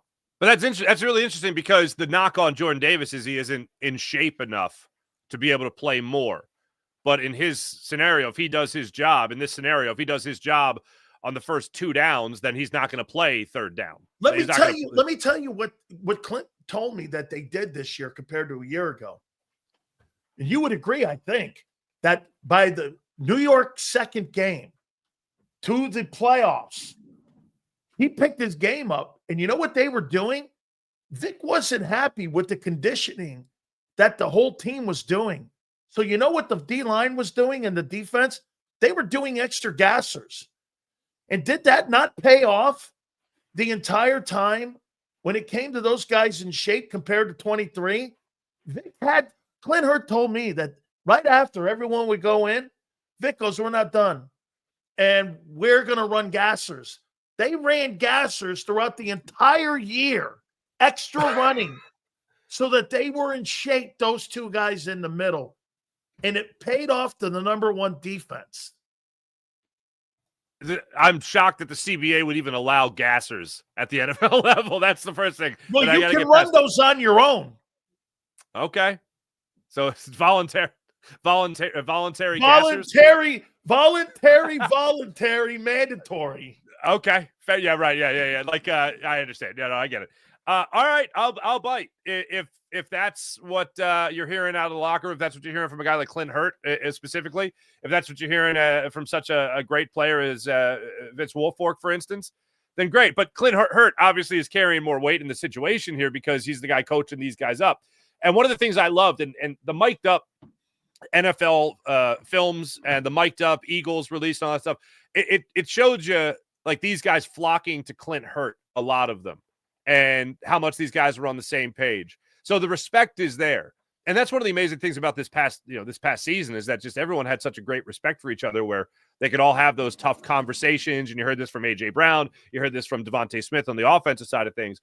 We didn't hear much about the defensive side of things until after the season, specifically Jalix Hunt talking about Vic Fangio saying in the Super Bowl, these touchdowns later, unacceptable. You know what I mean? So it's good to hear that throughout the season that they were that tough on a guy like Jordan Davis, who obviously needed to get in a little bit better shape. And I thought started the season well. Clint's the guy. Clint's the guy. Oh, okay. Well, in the beginning of the year, I thought Jordan Davis started out well. I thought he ended well. It was that middle of the season that I thought he was dragging behind. But if you're talking about a 45% snap percentage 2 years ago, dropping down to a 37% snap percentage this past season, and they were better.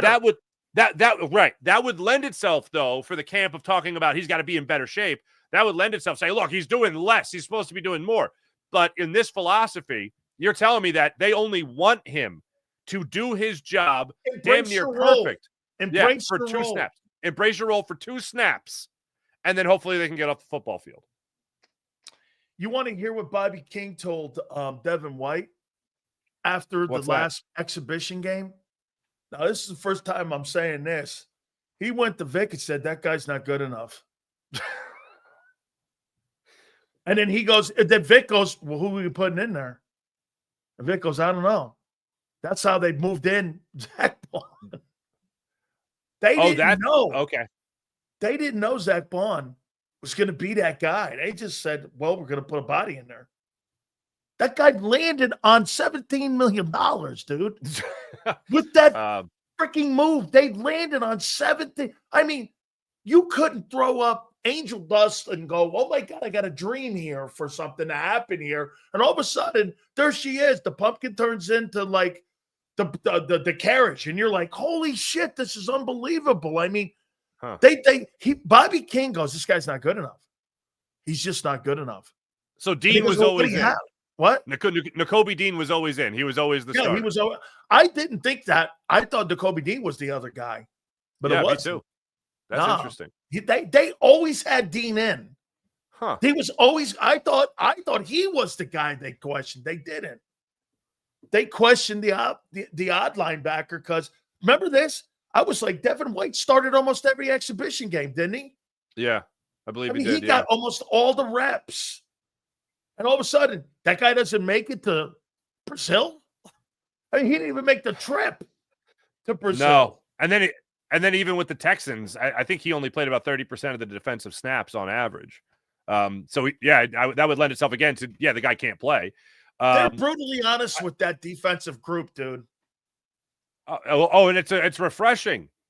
Like I don't understand why more coaches aren't like Vic Fangio. For instance, the extreme, as we know in Philadelphia, is Andy Reid. Like he's not going to tell you anything negative about any player.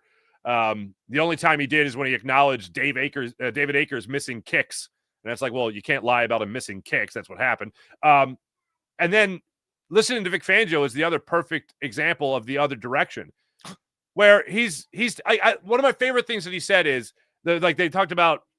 It's like, what was it? Was it Devin White? It might have been Devin White. Talking about the starters. Is Devin White going to be a starting linebacker for you? And he's like, well, I don't know. The guys will tell me. And it was like, the guys will tell you. He's like, well, I don't pick the starters. I acknowledge the starters. He's like, the players will allow the cream to rise to the top. And then all I do is acknowledge it.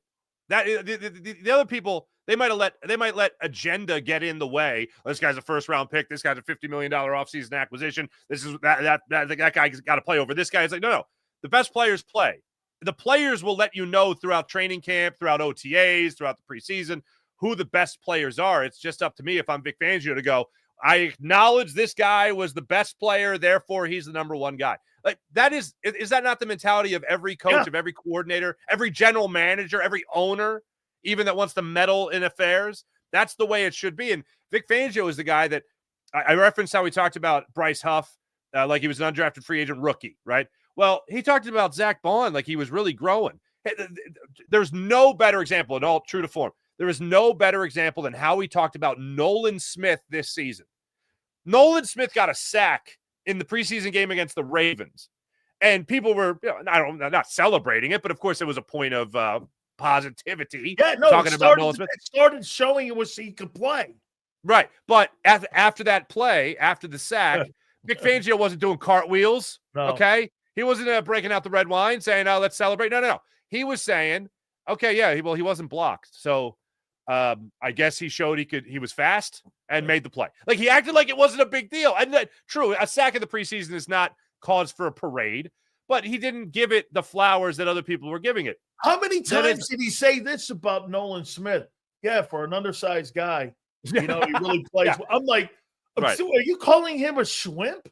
I mean, he's like, hey, for an undersized guy, he plays with great tenacity, but he's getting better. How many times did you hear that? He goes, no, he's improving. It wasn't like this, glazing over somebody. I don't think he glazed over anybody, because when they asked him about Bond's play, he goes, oh, I was stunned. I don't know what we had. I mean, not even Jalen Carter he glazes over. Yeah, it was interesting with the Nolan Smith situation, because it was very similar to and obviously the talent level at the start of the season is far different, or not even the start of the season, but because I'm including Cooper DeJean in this, I'm going to say when they started playing. Like it was undeniable with Quentin Mitchell. When Cooper DeJean started playing, it was undeniable what a step forward it was. But those guys started at a high level and ended at a higher level. And to Vic Fangio's words, he said it's because they always stayed hungry and never impressed with themselves. Like they just wanted more. Nolan Smith never was impressed with himself. He didn't give himself flowers after the preseason sack. After week 4, he became one of the best edge rushers in the NFL in terms of percentage win rate. After Brandon Graham went down in Los Angeles against the Rams, he took his play to another high level. And, I mean, I think anybody looked at that situation and said, the guy that has to step up is not Josh Sweat. The guy that has to step up, like if Josh Sweat just maintains, because you know what Josh Sweat was, you weren't going to get any more from Josh Sweat. The guy that has to step up is Nolan Smith. And it's not just because he smiles like Brandon Graham. It's because he's more of an undersized guy, still with that positive attitude, but he has all the athleticism in the world, but you had to see it. You saw a step forward after the bye week, and you saw a giant leap forward after Brandon Graham went down in Los Angeles. All those guys, Quinyon Mitchell, Cooper DeJean, and Nolan Smith were three of the younger guys on this defense, 2 rookies and a sophomore, essentially, that were just never impressed with themselves and kept on pushing. And Vic Fangio, as they earned more, he gave them more and kept challenging them.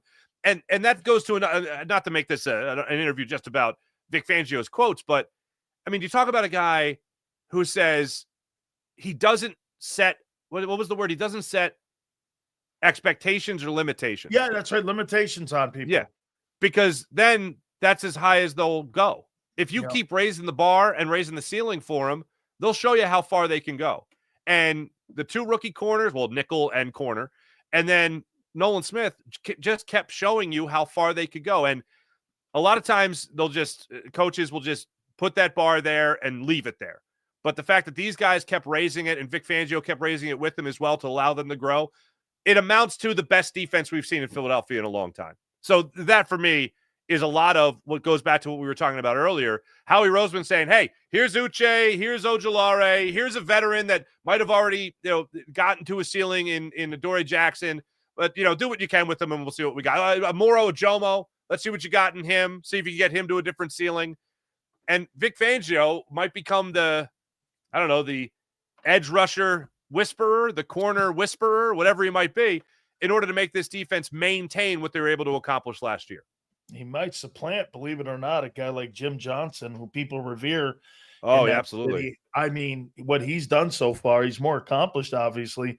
Right. I got 2 last ones here for you. And I would be remiss if I didn't ask you. I would think almost, since you can remember rooting for the Eagles as a young kid. Yeah, right. Brandon Graham, probably almost half your life, you've been kind of watching this guy play football and at a high level. Well, maybe not the first 5, but surely the last 10, where he's picked up. And you could make the argument that his resume, along with Lane's, along with Jason's, is probably one of the most recognized resumes of any Eagle as a team-wise, even back to the Gangrene guys. Just your takeaway on where you see him. Is he a Mount Rushmore guy in your eyes? Is he a guy that you would look at? Or do you see him differently? Because, again, obviously you being a Philadelphia guy, me being an NFL guy, I see him different. How do you see him? I see him as the way I described it is because, like, he's obviously a Hall of Famer for the Eagles. No question about that. But he's not a Mount Rushmore guy in my mind, because if you want to talk about impactful players, which includes leadership in the locker room, culture builder. I mean, this is drafted by Andy Reid.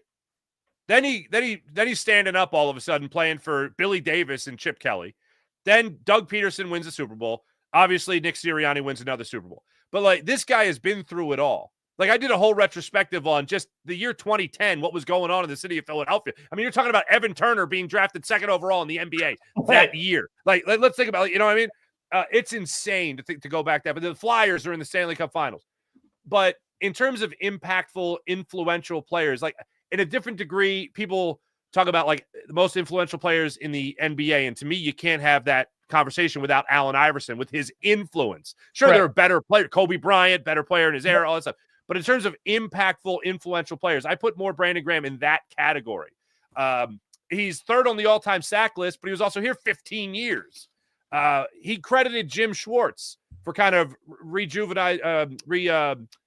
reinvigorating his career. I don't put him in the Mount Rushmore. I don't put him in, like, NFL Films top 10 Eagles all time. I don't do that. But as far as influential and impactful, I think about every free agent that comes here or every guy that's traded here. In every single press conference, you hear the word culture. Well, it had a lot to do with Jason Kelce, certainly. Had a lot to do with Fletcher Cox, certainly. But Brandon Graham has also been through it and always been that positive guy in the locker room no matter what. And I think that has helped mold the culture that so many of these free agents have longed for throughout their careers before coming to Philadelphia. And I think Brandon Graham is a big reason why that culture is so great in that Eagles locker room. And even further beyond this point, he's instilled that in Nolan Smith. I think Jalen Hurts will call on that as well on the offensive side of the football.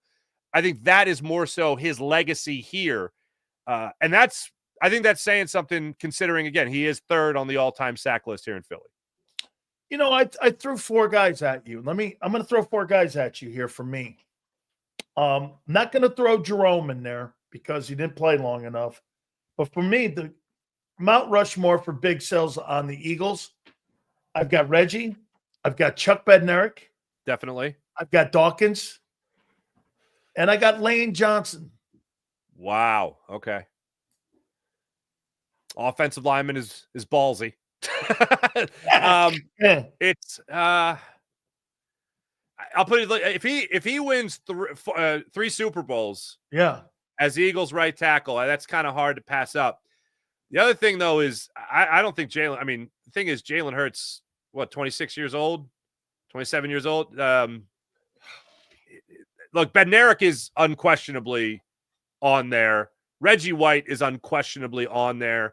I know he won a Super Bowl over with the Packers, but you're talking about, at worst, he's 1A to Lawrence Taylor as number 1. Oh, absolutely. On the defensive all-time players list. Right, that's the conversation you do this, Farzy. Oh, right. You want LT? All right, I'll take Reggie. Oh, you want Reggie? Done. I'll take LT. I'm good with that. That's how close those 2 guys are. Then I think it's everybody else. I agree. There's a huge valley in between those 2 peaks. You know what I'm saying? Lane would definitely, at this point, the 2 super. Yeah, I think Lane's a good one. I think Jalen will be on that though by the time he's done. I think Jalen's going to be on that. If Jalen wins another Super Bowl, you think it's him instead of Lane in there? Be Jalen Hurts, Dawkins, Chuck, and Reggie in the Super Bowl era, at least. Yeah, absolutely. That's the other thing too. Like, I always say Super Bowl era. I don't like the term. Yeah, no, I don't all know. Time. Because look, not to split hairs here, and I know like Sinatra was at the top of the charts when this was happening, but like they won back-to-back championships in 48 and 49. They went to 3 straight championships. Chuck Bednarik was a rookie when they won in 49. He was I think his last year in 1960, if I'm not mistaken, when they won again.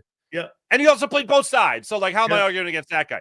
But yeah, who was the UPenn? I mean, what the hell is that? Yeah, he went to UPenn. Going to UPenn? What the hell is that, right? I didn't even have math at UPenn yet at that point. No.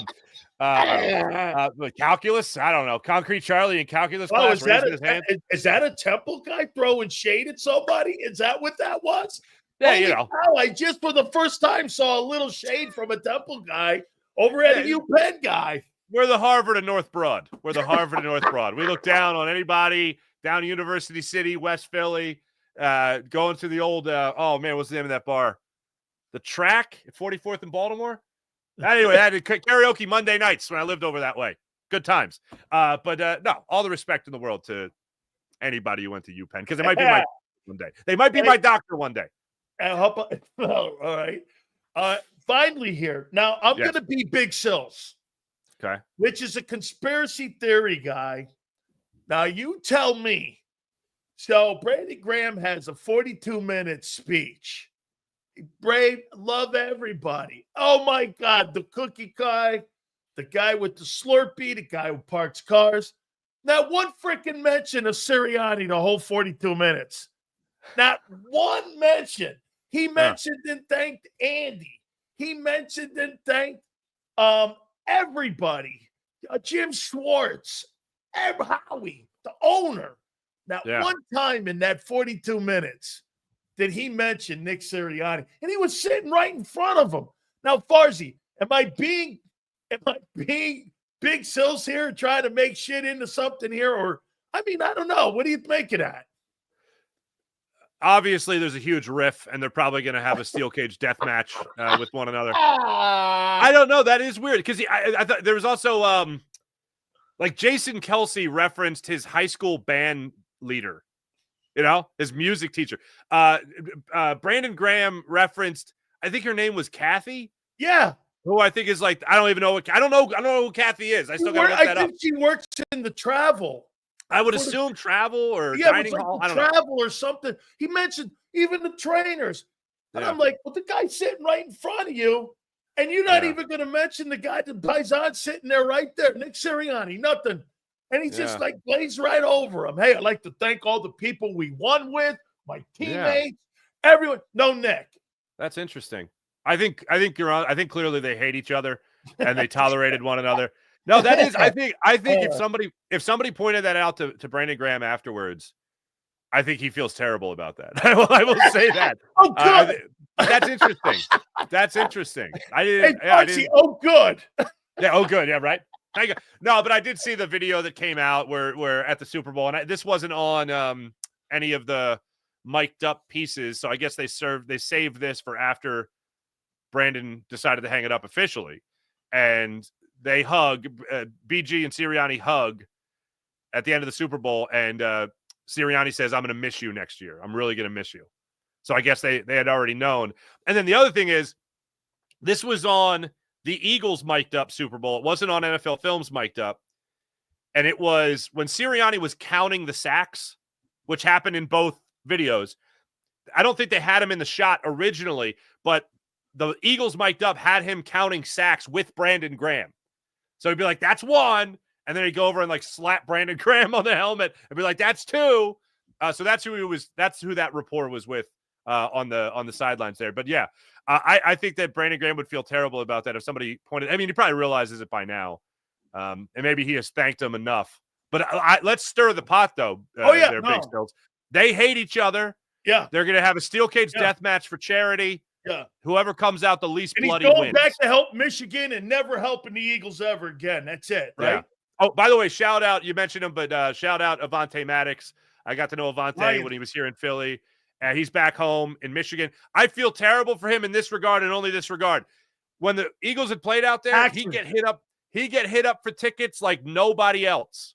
Now he's going to get hit up for tickets even more playing for the Lions. So good luck to Avante Maddox while he's out there. I played in Detroit. Let me tell you the problem you got with Detroit. You ready?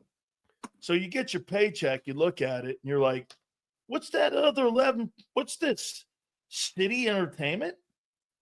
And you get taxed state, federal, and you get a entertainment tax if you come in from out of town. And say you live in Florida or you live in Texas, they tax you for that game for you playing in that city. They call it an entertainment tax. Bro, nobody likes playing in Detroit because of the taxes, because of the unions they got there. I was like this. I feel like I'm playing for the Saskatchewan Roughriders and I'm playing in Canada. I'm being paid Canadian money up here. I got a dollar doesn't go anywhere in Detroit. That's great. I got a soft spot in my heart for Detroit. I got engaged in Detroit. Right? Randomly. I got engaged in Detroit. Is she Italian? My wife, her toenail is Sicilian. That's about it. Yeah, she's not. She's what I call non-practicing. I mean, she's more practicing. She's more practicing now that she married me. But this is how my family met my wife. We've been together 35 years, by the way, me and my wife. I know it's hard to believe, but it's true because I don't really like people that much, so I got to stick with one chick. So as far as this is what everybody in my family's Italian. So obviously, my Aunt Nellie and my Aunt Jenny, that son of a b, that German, that guy, honey, you're not German, are you? No, I'm not German. She goes, that son of a b, and she just, honey, you're not German, are you? That is amazing. That's how my wife goes around telling everybody now she's Italian because her kid's Italian too, so it's all right. It tends to be a dominant gene, that Italian gene. I can vouch for that. That's for sure. Absolutely, man. Take a look at Saturday, man. Calipari, that's where we're going here. Farsi, have a great weekend. Thank you so much, brother. Much appreciated. Good to see you again, my friend. And you have a good weekend as well. Enjoy Saturday. You got it. Make sure you tell everybody hi. That's our Farzetta.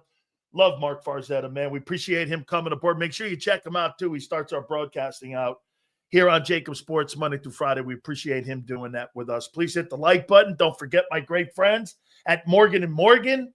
Folks, tell you this all the time, man. number one injury law firm in America is Morgan & Morgan. With thousands of attorneys across the country, they get and make sure every family gets a return when it comes to doing the right thing on these insurance companies and for the recovery that they get for families. There is nobody better in America. I was talking to John Morgan a couple of weeks ago, and I think even last night we were talking about how cool it was that he's part of the program, and he so loves it. He's coming on next week, by the way. You guys enjoyed him when he was talking about the college football quarterback, and so he's going to be on with us. It's a very family-oriented organization, Morgan & Morgan. If you're ever injured, please do me a favor. Check out our friends at Morgan & Morgan. For more information, go to forthepeople.com/big sales or pound law 529. That's FOR, forthepeople.com/big sales or pound 529. And do me a favor, you tell them Big Sales sent you. This is Eric. When he got injured in a car accident, he called Morgan & Morgan. He not only gets a lawyer, he gets trial lawyers like Sam and Jessica who are in it to win it. He gets his own investigators with briefcases, leather ones. And if you ever have questions, our customer service folks keep things rolling. Injured? We're your army. Morgan & Morgan, America's largest injury law firm. Your financial future is on the line. Are you ready for what's next? At Leone & Company Wealth Management, we help young professionals, business owners, and pre-retirees navigate the complexities of building and protecting wealth. For young professionals, we'll help you grow your wealth, plan for your future, and make the most of your hard-earned dollars. For business owners, we provide strategies to protect your company, manage risks, and create a lasting legacy for both your business and personal wealth. For pre-retirees, we'll design a plan to secure your retirement, ensuring you can live comfortably and confidently in your next chapter. Whether you're just starting out, managing a thriving business, or preparing for retirement, we're here to help you take control of your financial future. The first consultation is on us. Get the advice you need without the cost. Let's make your financial vision a reality. Take the next step. Scan the QR code to schedule your free consultation today. And of course, go Birds.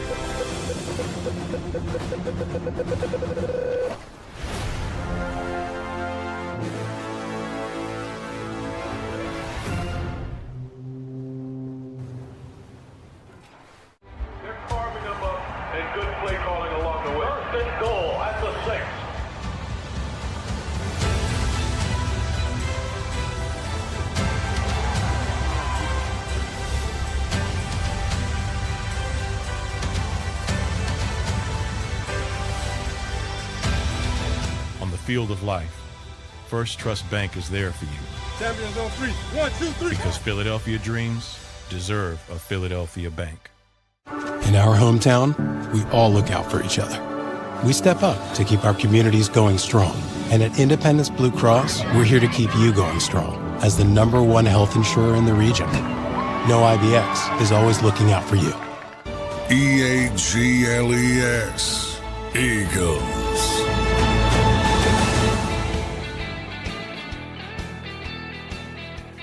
Big Sales National Football Show. Please hit the like button. Thank you guys so much. Xander, I think we had a couple of super chats. If we did, love to read them here for you guys here. By the way, we're going to look at some of the top tight ends, remaining free agents. I'm going to show you how shitty this quarterback class is. We're going to do that. Also, again, I do think that tight end is going to be a priority in the top 3 rounds, so we'll do that. If J-Mac's number for Davis is $18 million per, then why not re-sign Milton for $20 to $22 million? Does the extra $4 million or so really help you pay Carter? I think it's a priority on what you want to pay. You want to hear this? This is crazy talk for me. Twiz, I give you permission to kill me on this. Okay? Now that I've thought about the importance of a nose in the 34 defense, Jordan Davis is more important than Milton Williams to the structure of that defense. He's more important. You can replace an end. You can't replace Carter end, but you can't replace a nose. Okay, you can't. You just can't. He's more important to Vic than Milton Williams. So you can kill me. Hey, by the way, I saw you post something. Repost what you posted here. All right, dog? I like the dog you got on there, too. You said something earlier. I was in the middle of the conversation with him here. So repost that. I still wouldn't pay Davis. I wouldn't pay his plane ticket to leave. Sorry, Sills. You could draft another nose for 20 snaps, $2 to $3 million instead of $18 million. I understand your point, though. Hey, JD, really? You had a $20 million defensive tackle, and your defense was 16th against the rush. You didn't bring back Hargrave, and your defense was nowhere near the defense it was in the Super Bowl. Hargrave was not helping your run defense. With all those sacks that you had, they meant nothing in that Super Bowl in 22. Because just like a good hitting offense in baseball, starting pitching shuts that down. If you can't stop the run, I'd rather have a defense that stops the run. You weren't a great pass rushing team. You were a great pass rushing team in 20. Get this, guys. You were a great pass rushing team for the 22 Super Bowl. Second all-time in NFL history. Didn't deliver a Super Bowl. You were lesser of a pass rushing team in 24, and you won it. Why? Because you stopped the run. You stopped the run.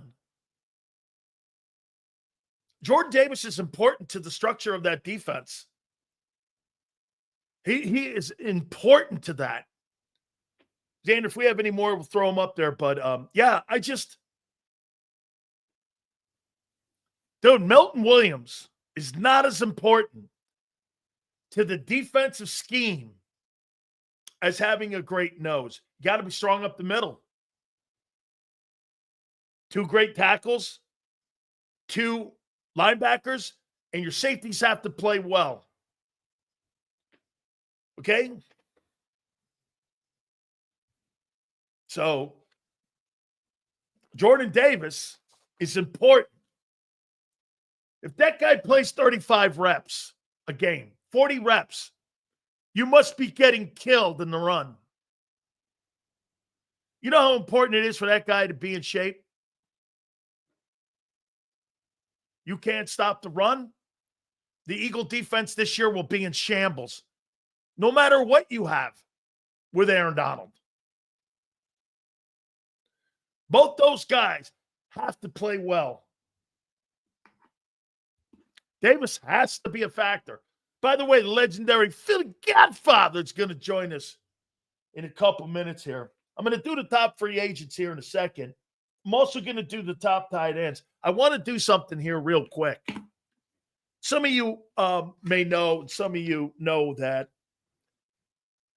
when I grew up, I knew Jackie Robinson. And I was raised around Jackie Robinson. In Stamford, Connecticut, he lived in Pound Ridge. And when I was a young kid, when we had sporting events in Stamford, Jackie would come around, and this was when I was really young. Gary Cobb knows him better than I did. I had met him a few times, and I went to school with his kids. I know Rachel really well. Okay, Rachel is a dear friend. Rachel's been on my radio show. She doesn't do a lot of things anymore because she's really old right now, and God bless her, man. The Jackie Robinson Foundation sent me a patch. It's really great. Okay? I hate today, man, how people make political. Jackie Robinson was a conservative Republican. And you would think that ESPN, what they're doing right now, sure, he fought for his civil rights and how important he was when he broke the color line. Duh. It's one of the greatest integrated moments in the history of America in 47 when he broke the color line. But Jackie Robinson would tell you numerous times, he was against Ali and not going to war. Robinson was a military man. So, I mean, they're portraying and rewriting history. I hate that, especially with a guy that meant so much to our city in Stamford, Connecticut. He lived in Stamford. He knew Robustelli. I mean, I posted a picture of him and Andy at Andy's home. He would go to Andy's home all the time. They lived in Pound Ridge, right next to the Italian Center. I mean, just so you can make a point is ridiculous. I mean, Jackie's kids were fantastic. Go swimming in his pool. Rachel still lives in Stamford. Dude, you know who lives right down the street from the Robinsons? Larry O'Brien used to live down the street. You know the trophy that's named? I cut Larry O'Brien's lawn when I lived at, no, it was, what was it? I don't think it was Larry O'Brien. It was Walter. What was that guy's name that I cut his lawn? NBA commissioners. I gotta remember that guy's name. It was Walter. What was that guy's name? The list of NBA commissioners. There we go. Walter Kennedy. My aunt knows that name.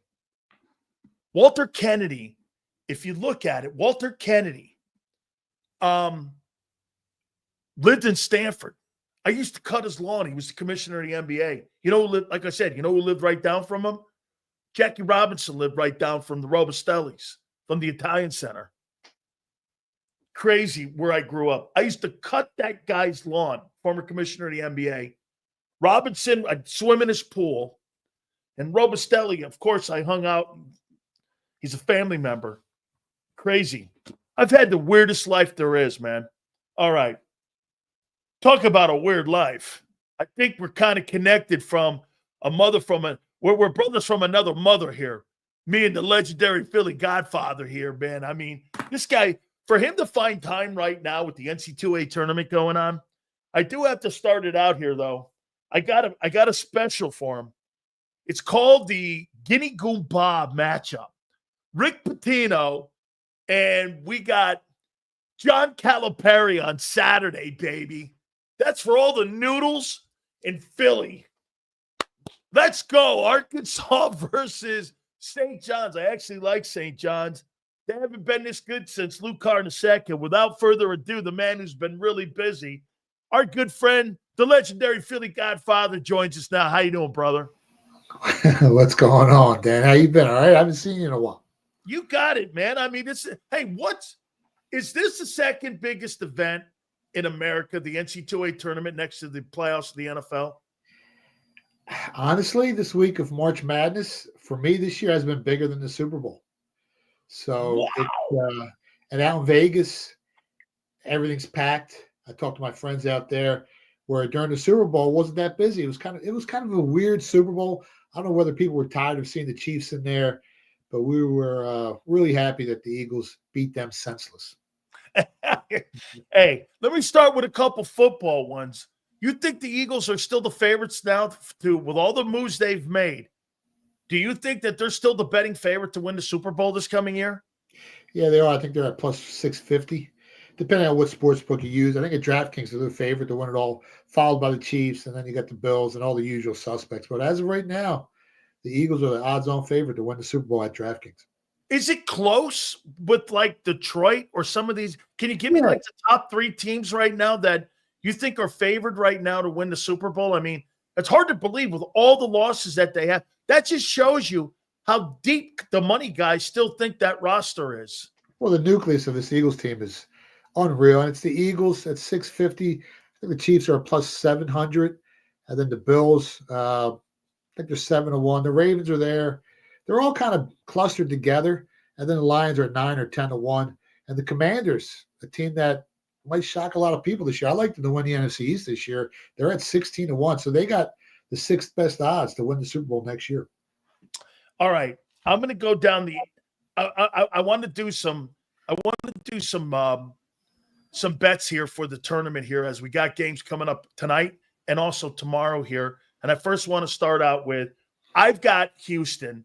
They're going to take on Gonzaga. I believe that's going to be on Saturday. They made it out of the first round. I think they end up winning the national championship. I think they play. Oh, actually, I haven't picked it yet. I have them playing St. John's in the finals. I got Houston and St. John's in the final. How far do you think this Houston team can go? Well, I laid minus 145 that they make the Elite Eight, and they're one of the best teams in the nation, top 5. Once you get to the Elite Eight, anything can happen. I mean, those teams are so good. You know, it all depends on how the ball bounces and how many foul shots you make towards the end of the game. But, yeah, they definitely can get there. They outperformed the market as 28-point favorites. Gonzaga, I mean, they're tough, man. They're kind of sneaky this year because I got them ranked in the top 10, even though they lost to St. Mary's twice this season. But they're a team that can beat anyone. And if they do beat Houston, don't be surprised to see them in a national championship. How far does Duke go? They played Baylor, I believe, tomorrow.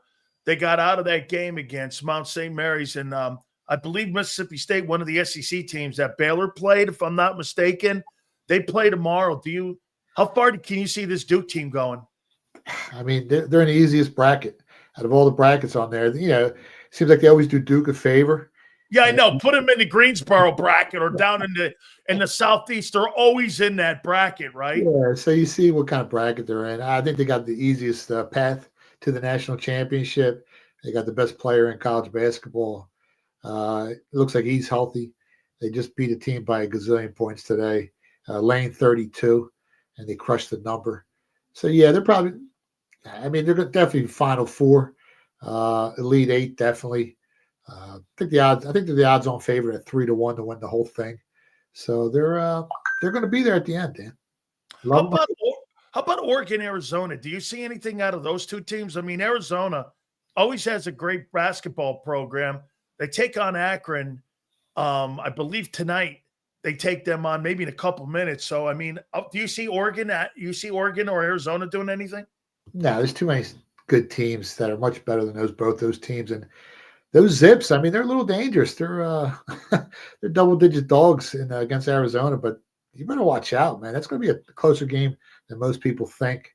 But I don't think Arizona or Oregon, I don't think they got the firepower to get there in the end. You know, everyone warned me about this St. Mary's team. And this St. Mary's team, man, is giving Vanderbilt all they want right now. And they got Alabama, Xander's team. Who would have thought Auburn and Alabama? I mean, I thought those were football schools. Here they are. They're number 1 and number 2 seeds in the NCAA tournament here. But, I mean, if they end up surviving Vanderbilt versus St. Mary's, who everyone was telling me that's a pretty good starting 5 that they have. In your opinion, how far can this Bama team go? I mean, you can get them at 20-1 right now. But they struggled against Robert Morris. They were 21.5, 22-point favorites. And that game was a lot closer than most people thought. Honestly, they could probably lose to Vandy or St. Mary's next. And then they got to face a really, really efficient Wisconsin team after that. And that's probably who's going to be waiting for them. That team doesn't make too many mistakes. They play a lot of inconsistent basketball. At times they look great, and other times they look very beatable. And what scared me was they didn't look too good against Robert Morris, and they didn't outperform the market. I like teams at this point of the season that cover the spread, outperform the market, and those teams usually advance. How far can Auburn go? I mean, they're a great team. By the way, I love Bruce Pearl. I think Bruce Pearl got hosed when he was at Tennessee. I think that guy can recruit. I think he's a great coach. And, I mean, look what he's done at Auburn, man. Here they are, number 1 seed, and they're constantly fighting. I know they were upset in the Southeastern Conference Championships. Florida ended up winning that, but he's done a wonderful job there with Auburn. Yeah, they were 1 and 2 all season when you looked at the odds, but now they dropped off a little bit. They were 32-point favorites against Alabama State, and they couldn't cover the number. I think they won by 20 points. Right now you can get them at like 5-1, plus 475. They're in a tough bracket. I mean, they got to play a tough Creighton team that has wins over St. John's, Marquette, and Connecticut. And, then they got to play either a Michigan team or Texas A&M team. And Iowa State, I got Iowa State at probably the 5th best team in the nation. So they're in a tough bracket. The odds are they're going to get there, but it's a tough bracket, Dan. It's a tough bracket. How about Michigan State? Always a great basketball program, all the way back to Jed Huthcote. I mean, those guys back to the Magic Johnson days there with Greg Kelser and them dudes. Now you're looking at, again, Michigan State here again. Number 2, I think they're a 2 seed, right? How far do they go? Big Ten was pretty competitive this year, but again, I mean, like you said, the conference this year, believe it or not, was the Southeastern Conference. Yeah. I mean, the 2 best coaches, in my opinion. You got Pitino and Izzo. Yep. Right now, you can grab Michigan State at 28-1. I bet on them a few months back at 45-1, just for some small paper. Talent-wise, top 10 in the nation. And with Izzo at coach, you can move them up a couple more notches. That's how good he is. They're going to be a tough out for anyone who plays them. But again, they're in a brutal bracket: Marquette, New Mexico, Mississippi, North Carolina, Iowa State, and Auburn. That bracket's brutal as well. So, can they get there? Yeah. Sweet 16, maybe Elite 8. After that, it gets really tough, man. Who do you got Saturday? Arkansas, St. John's.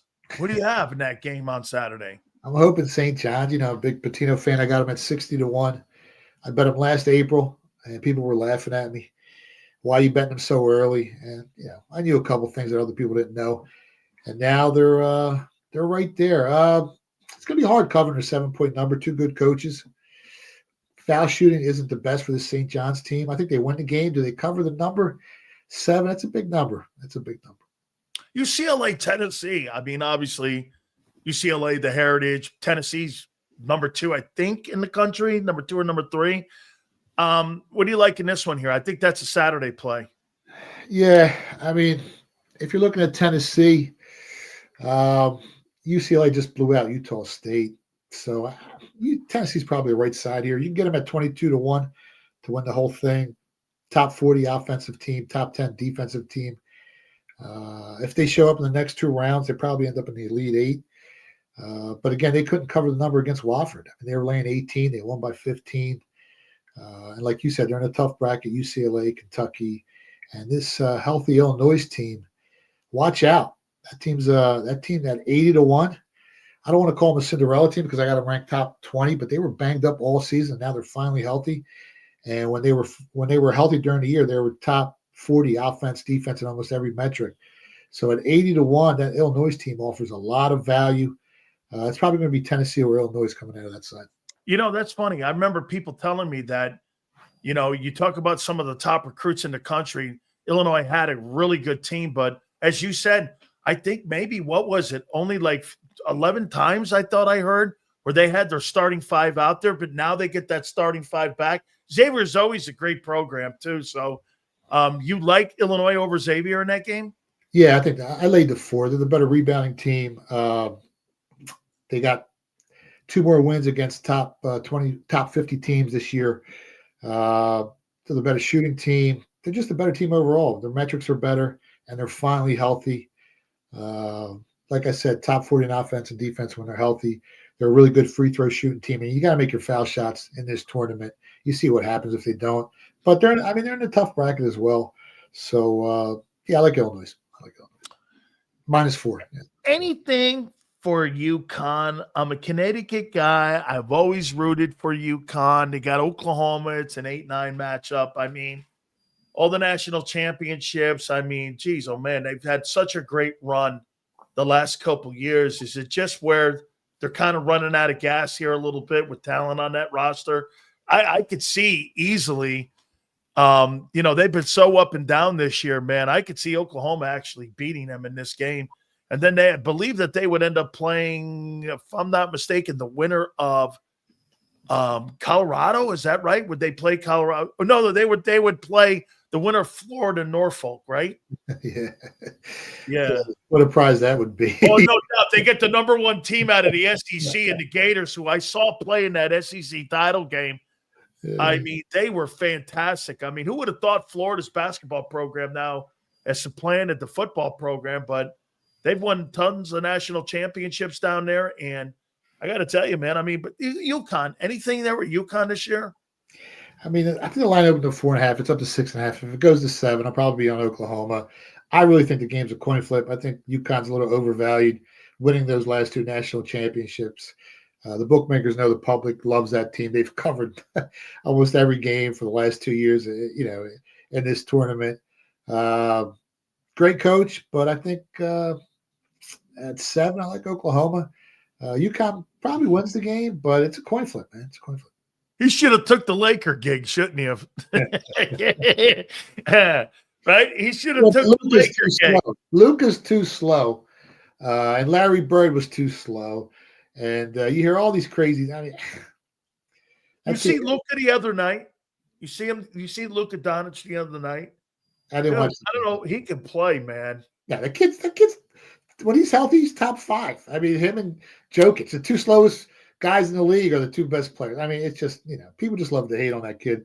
But you saw what he did last year with the Mavericks. I had him at 25-1. I gave him out on your show to win the whole thing. They got to the finals, and that team wasn't even any good. You take Luka off that team, you see what happens. And then that team fell apart with a bunch of injuries. But yeah, Luka's unreal, man. How much? Hey, what's the odds that Bronny, after a 17-point game last night, it's the rookie of the? Hey, they're hyping him up now for the NBA Rookie of the Year. Now 17-5 takes you a long way. I mean, especially when you're LeBron's kid. Yeah, I don't even want to talk about that. It's such a joke. It's such a joke. Come on, man. He had 17 last night.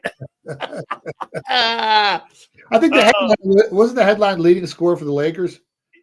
But that kid from Tennessee also had 17 points last night. Yeah. They kind of forgot about that. Holy cow. I went online. I thought he scored. I went, Bronny. He was trending. I'm like, holy cow, he must have scored 40. Guy had 17. I'm like, holy cow, that's a half for his dad. Had 40. I'm like, holy cow. Okay, last one here for you on baseball. Oh, wait, couple on baseball. How far did the Phillies go this year?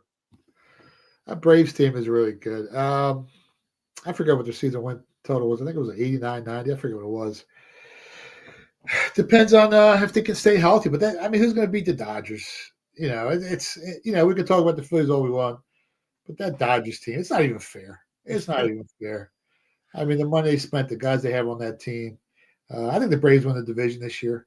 But the Phillies got a shot. But I mean, once you get there, you got to face that. It's Godzilla. You know what I mean? Yeah. How do you beat the Dodgers? Let me tell you what the Dodgers did that was brilliant in that Magic Johnson group. So I worked at a station called WDAE in Tampa, and it was the flagship of the Rays. And they had a general manager in there by the name of Andrew Friedman. And Andrew Friedman would go out with pennies, and they would compete with pennies.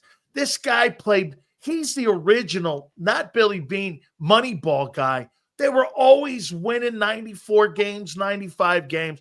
What do the Dodgers do? They hire that guy. He now runs the Dodgers, and he's got an open checkbook. So you gave a guy who knows how to evaluate talent and knows how to handle salaries and knows who to pay and who not to pay, running the Dodgers. I mean, they run circles around the Yankees. There's only one other organization in baseball, in my opinion, that kind of can hang with them, and that's still the Astros. Yeah. That because they can hang around her. Can anybody hang with the Dodgers this year? No. And the Yankees last year, I mean, if they didn't have that manager, Aaron Boone, I mean, I hate him. They had a chance. They kept pitching to Freddie Freeman. The guy had like 14 runs batted in for the World Series. Why do you keep pitching that? It was just he had the majority of the runs scored for the Dodgers last year. I mean, it's just but no one can hang with this Dodgers team, man. No. Think about the Yankees. They're 2-0 already, ain't they? Did they play 2 games in Tokyo? Get this. Aaron Boone is 22-23 in the postseason as the New York Yankee manager. If the old man was alive, I mean, there's no chance that Brian Cashman or Aaron Boone is still in that building You know, you talk about the apple falling from the tree. That apple was thrown from the tree. Yeah. I mean, same thing with Jeannie Buss and the Lakers. I mean, the Yankees, I mean, look at them. Since Aaron Boone's been the manager, what have they done the Rays are a better organization than the Yankees right now. Yeah, I call him Aaron Bonehead. But, yeah, I mean, he's just, that guy can lose any. I mean, he had such a team last year, you know. It's just you got to make the right calls. You need a combination of everything. You need the right manager, the right athletes, and the right guys running the team. The Dodgers have everything. They're loaded everywhere. Give me one last sleeper team that you think can make the Final Four that everyone's like maybe not looking at. One team that could make the Final Four that could be a sleeper. It's going to be hard. Illinois at 80-1. Illinois won it all. Then you got McNeese State. I mean, they're 400-1. I think they are. Drake's 500-1, or maybe they're. I mean, McNeese State. You know, if they get lucky, they got a lot of swag to them. They got a lot of confidence. But I think Illinois gives you the best opportunity. But I don't think they get there. But you know, if the ball bounces their way, maybe Illinois.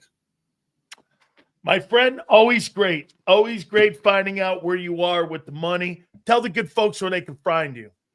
Yeah, you can find me on X at Philly Godfather, and the website is thephillygodfather.com.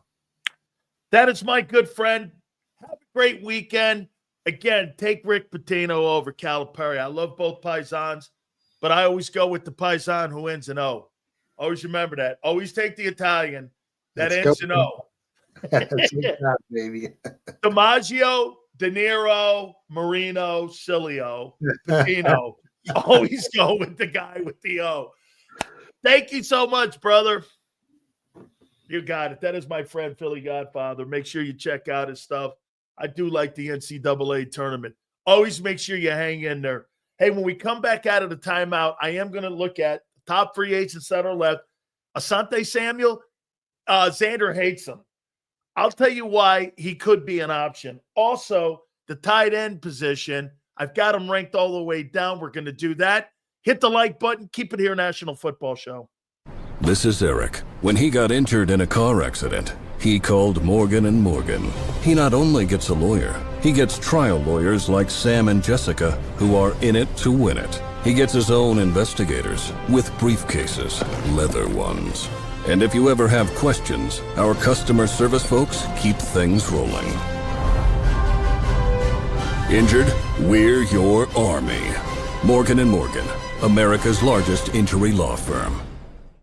Your financial future is on the line. Are you ready for what's next? At Leone & Company Wealth Management, we help young professionals, business owners, and pre-retirees navigate the complexities of building and protecting wealth. For young professionals, we'll help you grow your wealth, plan for your future, and make the most of your hard-earned dollars. For business owners, we provide strategies to protect your company, manage risks, and create a lasting legacy for both your business and personal wealth. For pre-retirees, we'll design a plan to secure your retirement, ensuring you can live comfortably and confidently in your next chapter. Whether you're just starting out, managing a thriving business, or preparing for retirement, we're here to help you take control of your financial future. The first consultation is on us. Get the advice you need without the cost. Let's make your financial vision a reality. Take the next step. Scan the QR code to schedule your free consultation today. And of course, go Birds.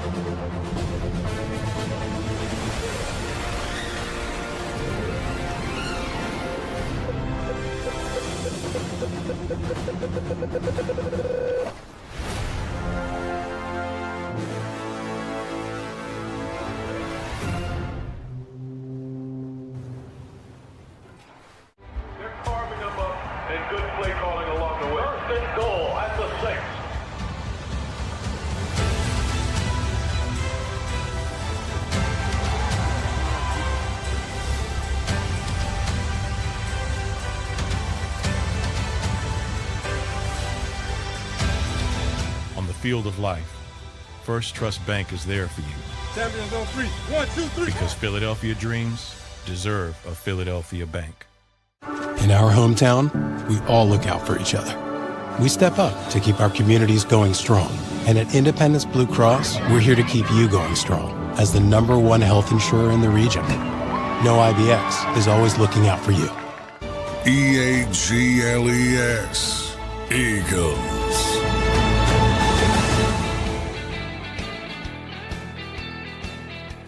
Thank you guys for getting us to over 200 likes. Appreciate it. Hit that like button again. Great stuff. Eagles looking at Central Arkansas edge rusher David Walker. I've been doing some research on him. Here's a guy you might look at in 3rd or 4th round. They're looking at edge, safety in the draft, tight ends. Offensive line, they've been looking at, guys they've brought in, guys they've spoken to, guys pro days they've been to. So that's a good thing. By the way, real quick before we get into the top tight ends here. So A.J. Brown, I didn't realize this. You know what his drop rate was last year in 2024, even with the injuries he had? 0%. A.J. Brown didn't drop a football last year. He had no drops. He had the best hands in pro football. I mean, okay, so all the touches and all the targets he had no drops. Okay, hey, you're paying a guy $32 million to catch the football. Well, he's your guy. Holy cow. Okay? That's pretty damn impressive. Senor, all top wide receivers get traded in the end of the day. How you doing? How you doing? Yeah. Top hands in the business? Too bad the quarterback's not the top guy in the business. 29th ranked passing game. How you doing? All right. That's for another day. Okay. So we agreed that tight end is going to be a major position that they're going to address. Okay? It's going to be major that they're going to be looking at. Here are the top dudes at that position. The top prospects at that position for the Eagles to look at. And I'm going to give you the ranking of where I have them ranked. That kid, Tyler Warren, is the 15th best prospect in the draft. Tyler Warren, Penn State, 6'6", 256. Number 2, Colston Loveland, Michigan, another 6'6" kid. He's the 19th ranked prospect. This is over all of them. Safeties, corners, defensive tackles, edge rushers, quarterbacks. He's the 19th ranked. Number 3, Harold Fanning, Bowling Green. Little bit undersized at 6'3", 241. Number 51. You could get him in the second round. Somewhere in there. He's a second rounder. Number 4, I know the kid. Elijah Ororo, Miami. Another 6'5" kid. Great hands. Had a great year with Cam Ward. Love him. Number 65. Could you get him in the second round? There's another second round. I would take him over the Bowling Green kid. And the last one is this Gunnar Helm kid. Texas. Another 6'5" guy. He's about 67. He's another second round guy. You're probably not going to land on Tyler Warren unless the quarterbacks, okay? Unless the QBs, there's more of them. And that means Jalen Milroe gets in the first round. I'm going to get to the quarterbacks here in a second. They still are going to mess up the draft, and I'll show you how here. So that tight end position, you're going to get a good player. And if one of them falls to the third, I take him in the third. Like, I don't think the top two guys are getting out of the first round. The Warren kid and the Loveland kid are going to go in the first. Those are first-round prospects. The other guys are more like third-round picks, second and third-round picks. Pretty good-looking players. What could throw it up? Here's the quarterbacks. Cam Ward, in my opinion, is the 8th best prospect in the draft. But he's going to go number 1 overall to Tennessee. Right there, he's underprojected, or he's overprojected, because he's going to go number 1. Because of the need, the quarterback position is the only position in the NFL that you draft with need in the first 5 or 15 picks.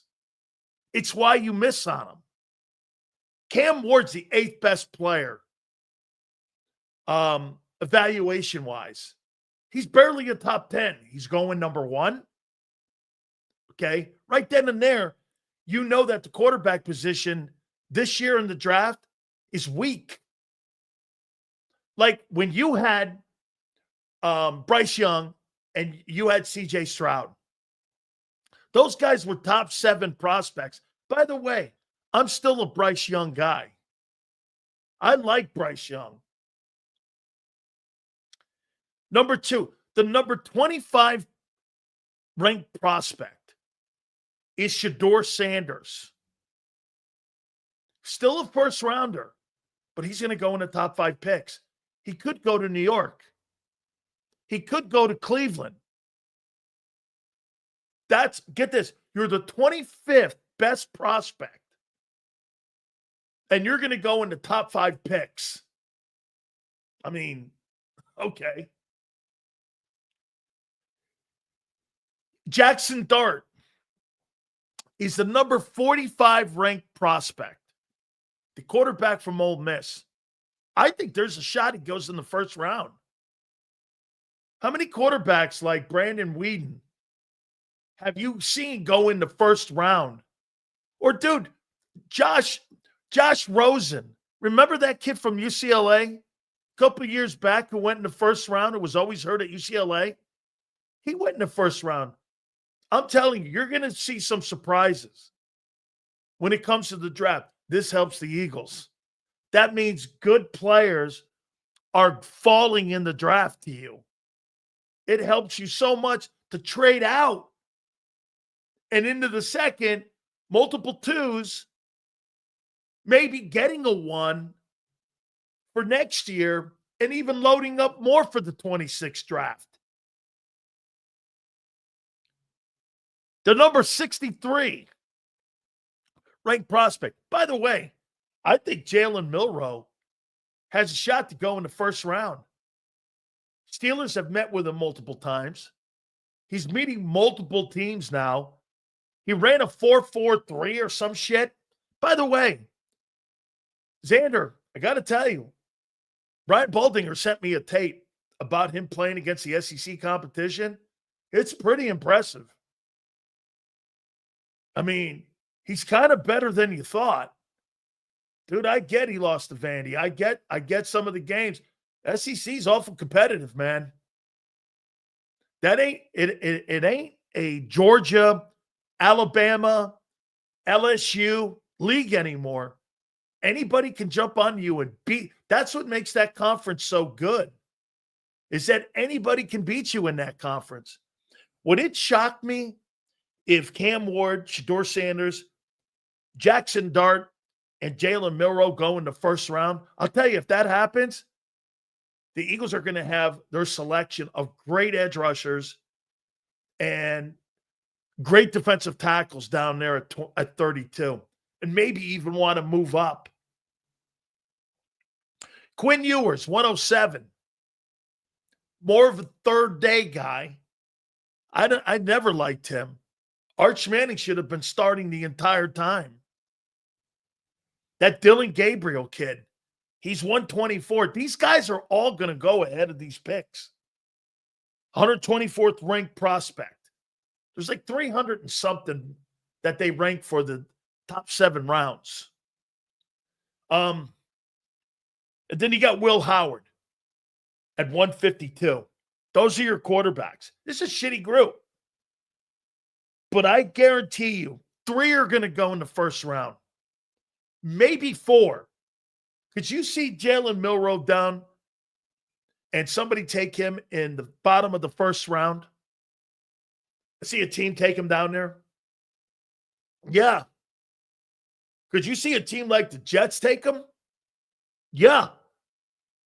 I could see that. So, hey, man, great week. Getting closer and closer. We're 36 days out from the NFL draft. NCAA tournaments going on right now. What a great time of sports. We appreciate you guys so much. Coach Johnson apologized about today. Hopefully we get him on Monday. Angelo Cataldi is going to join us again on Monday. Have yourselves a great weekend. We appreciate it. Big Z, Big Joe, thank you. 2 to 6 on Monday, and we'll see you on the flip side.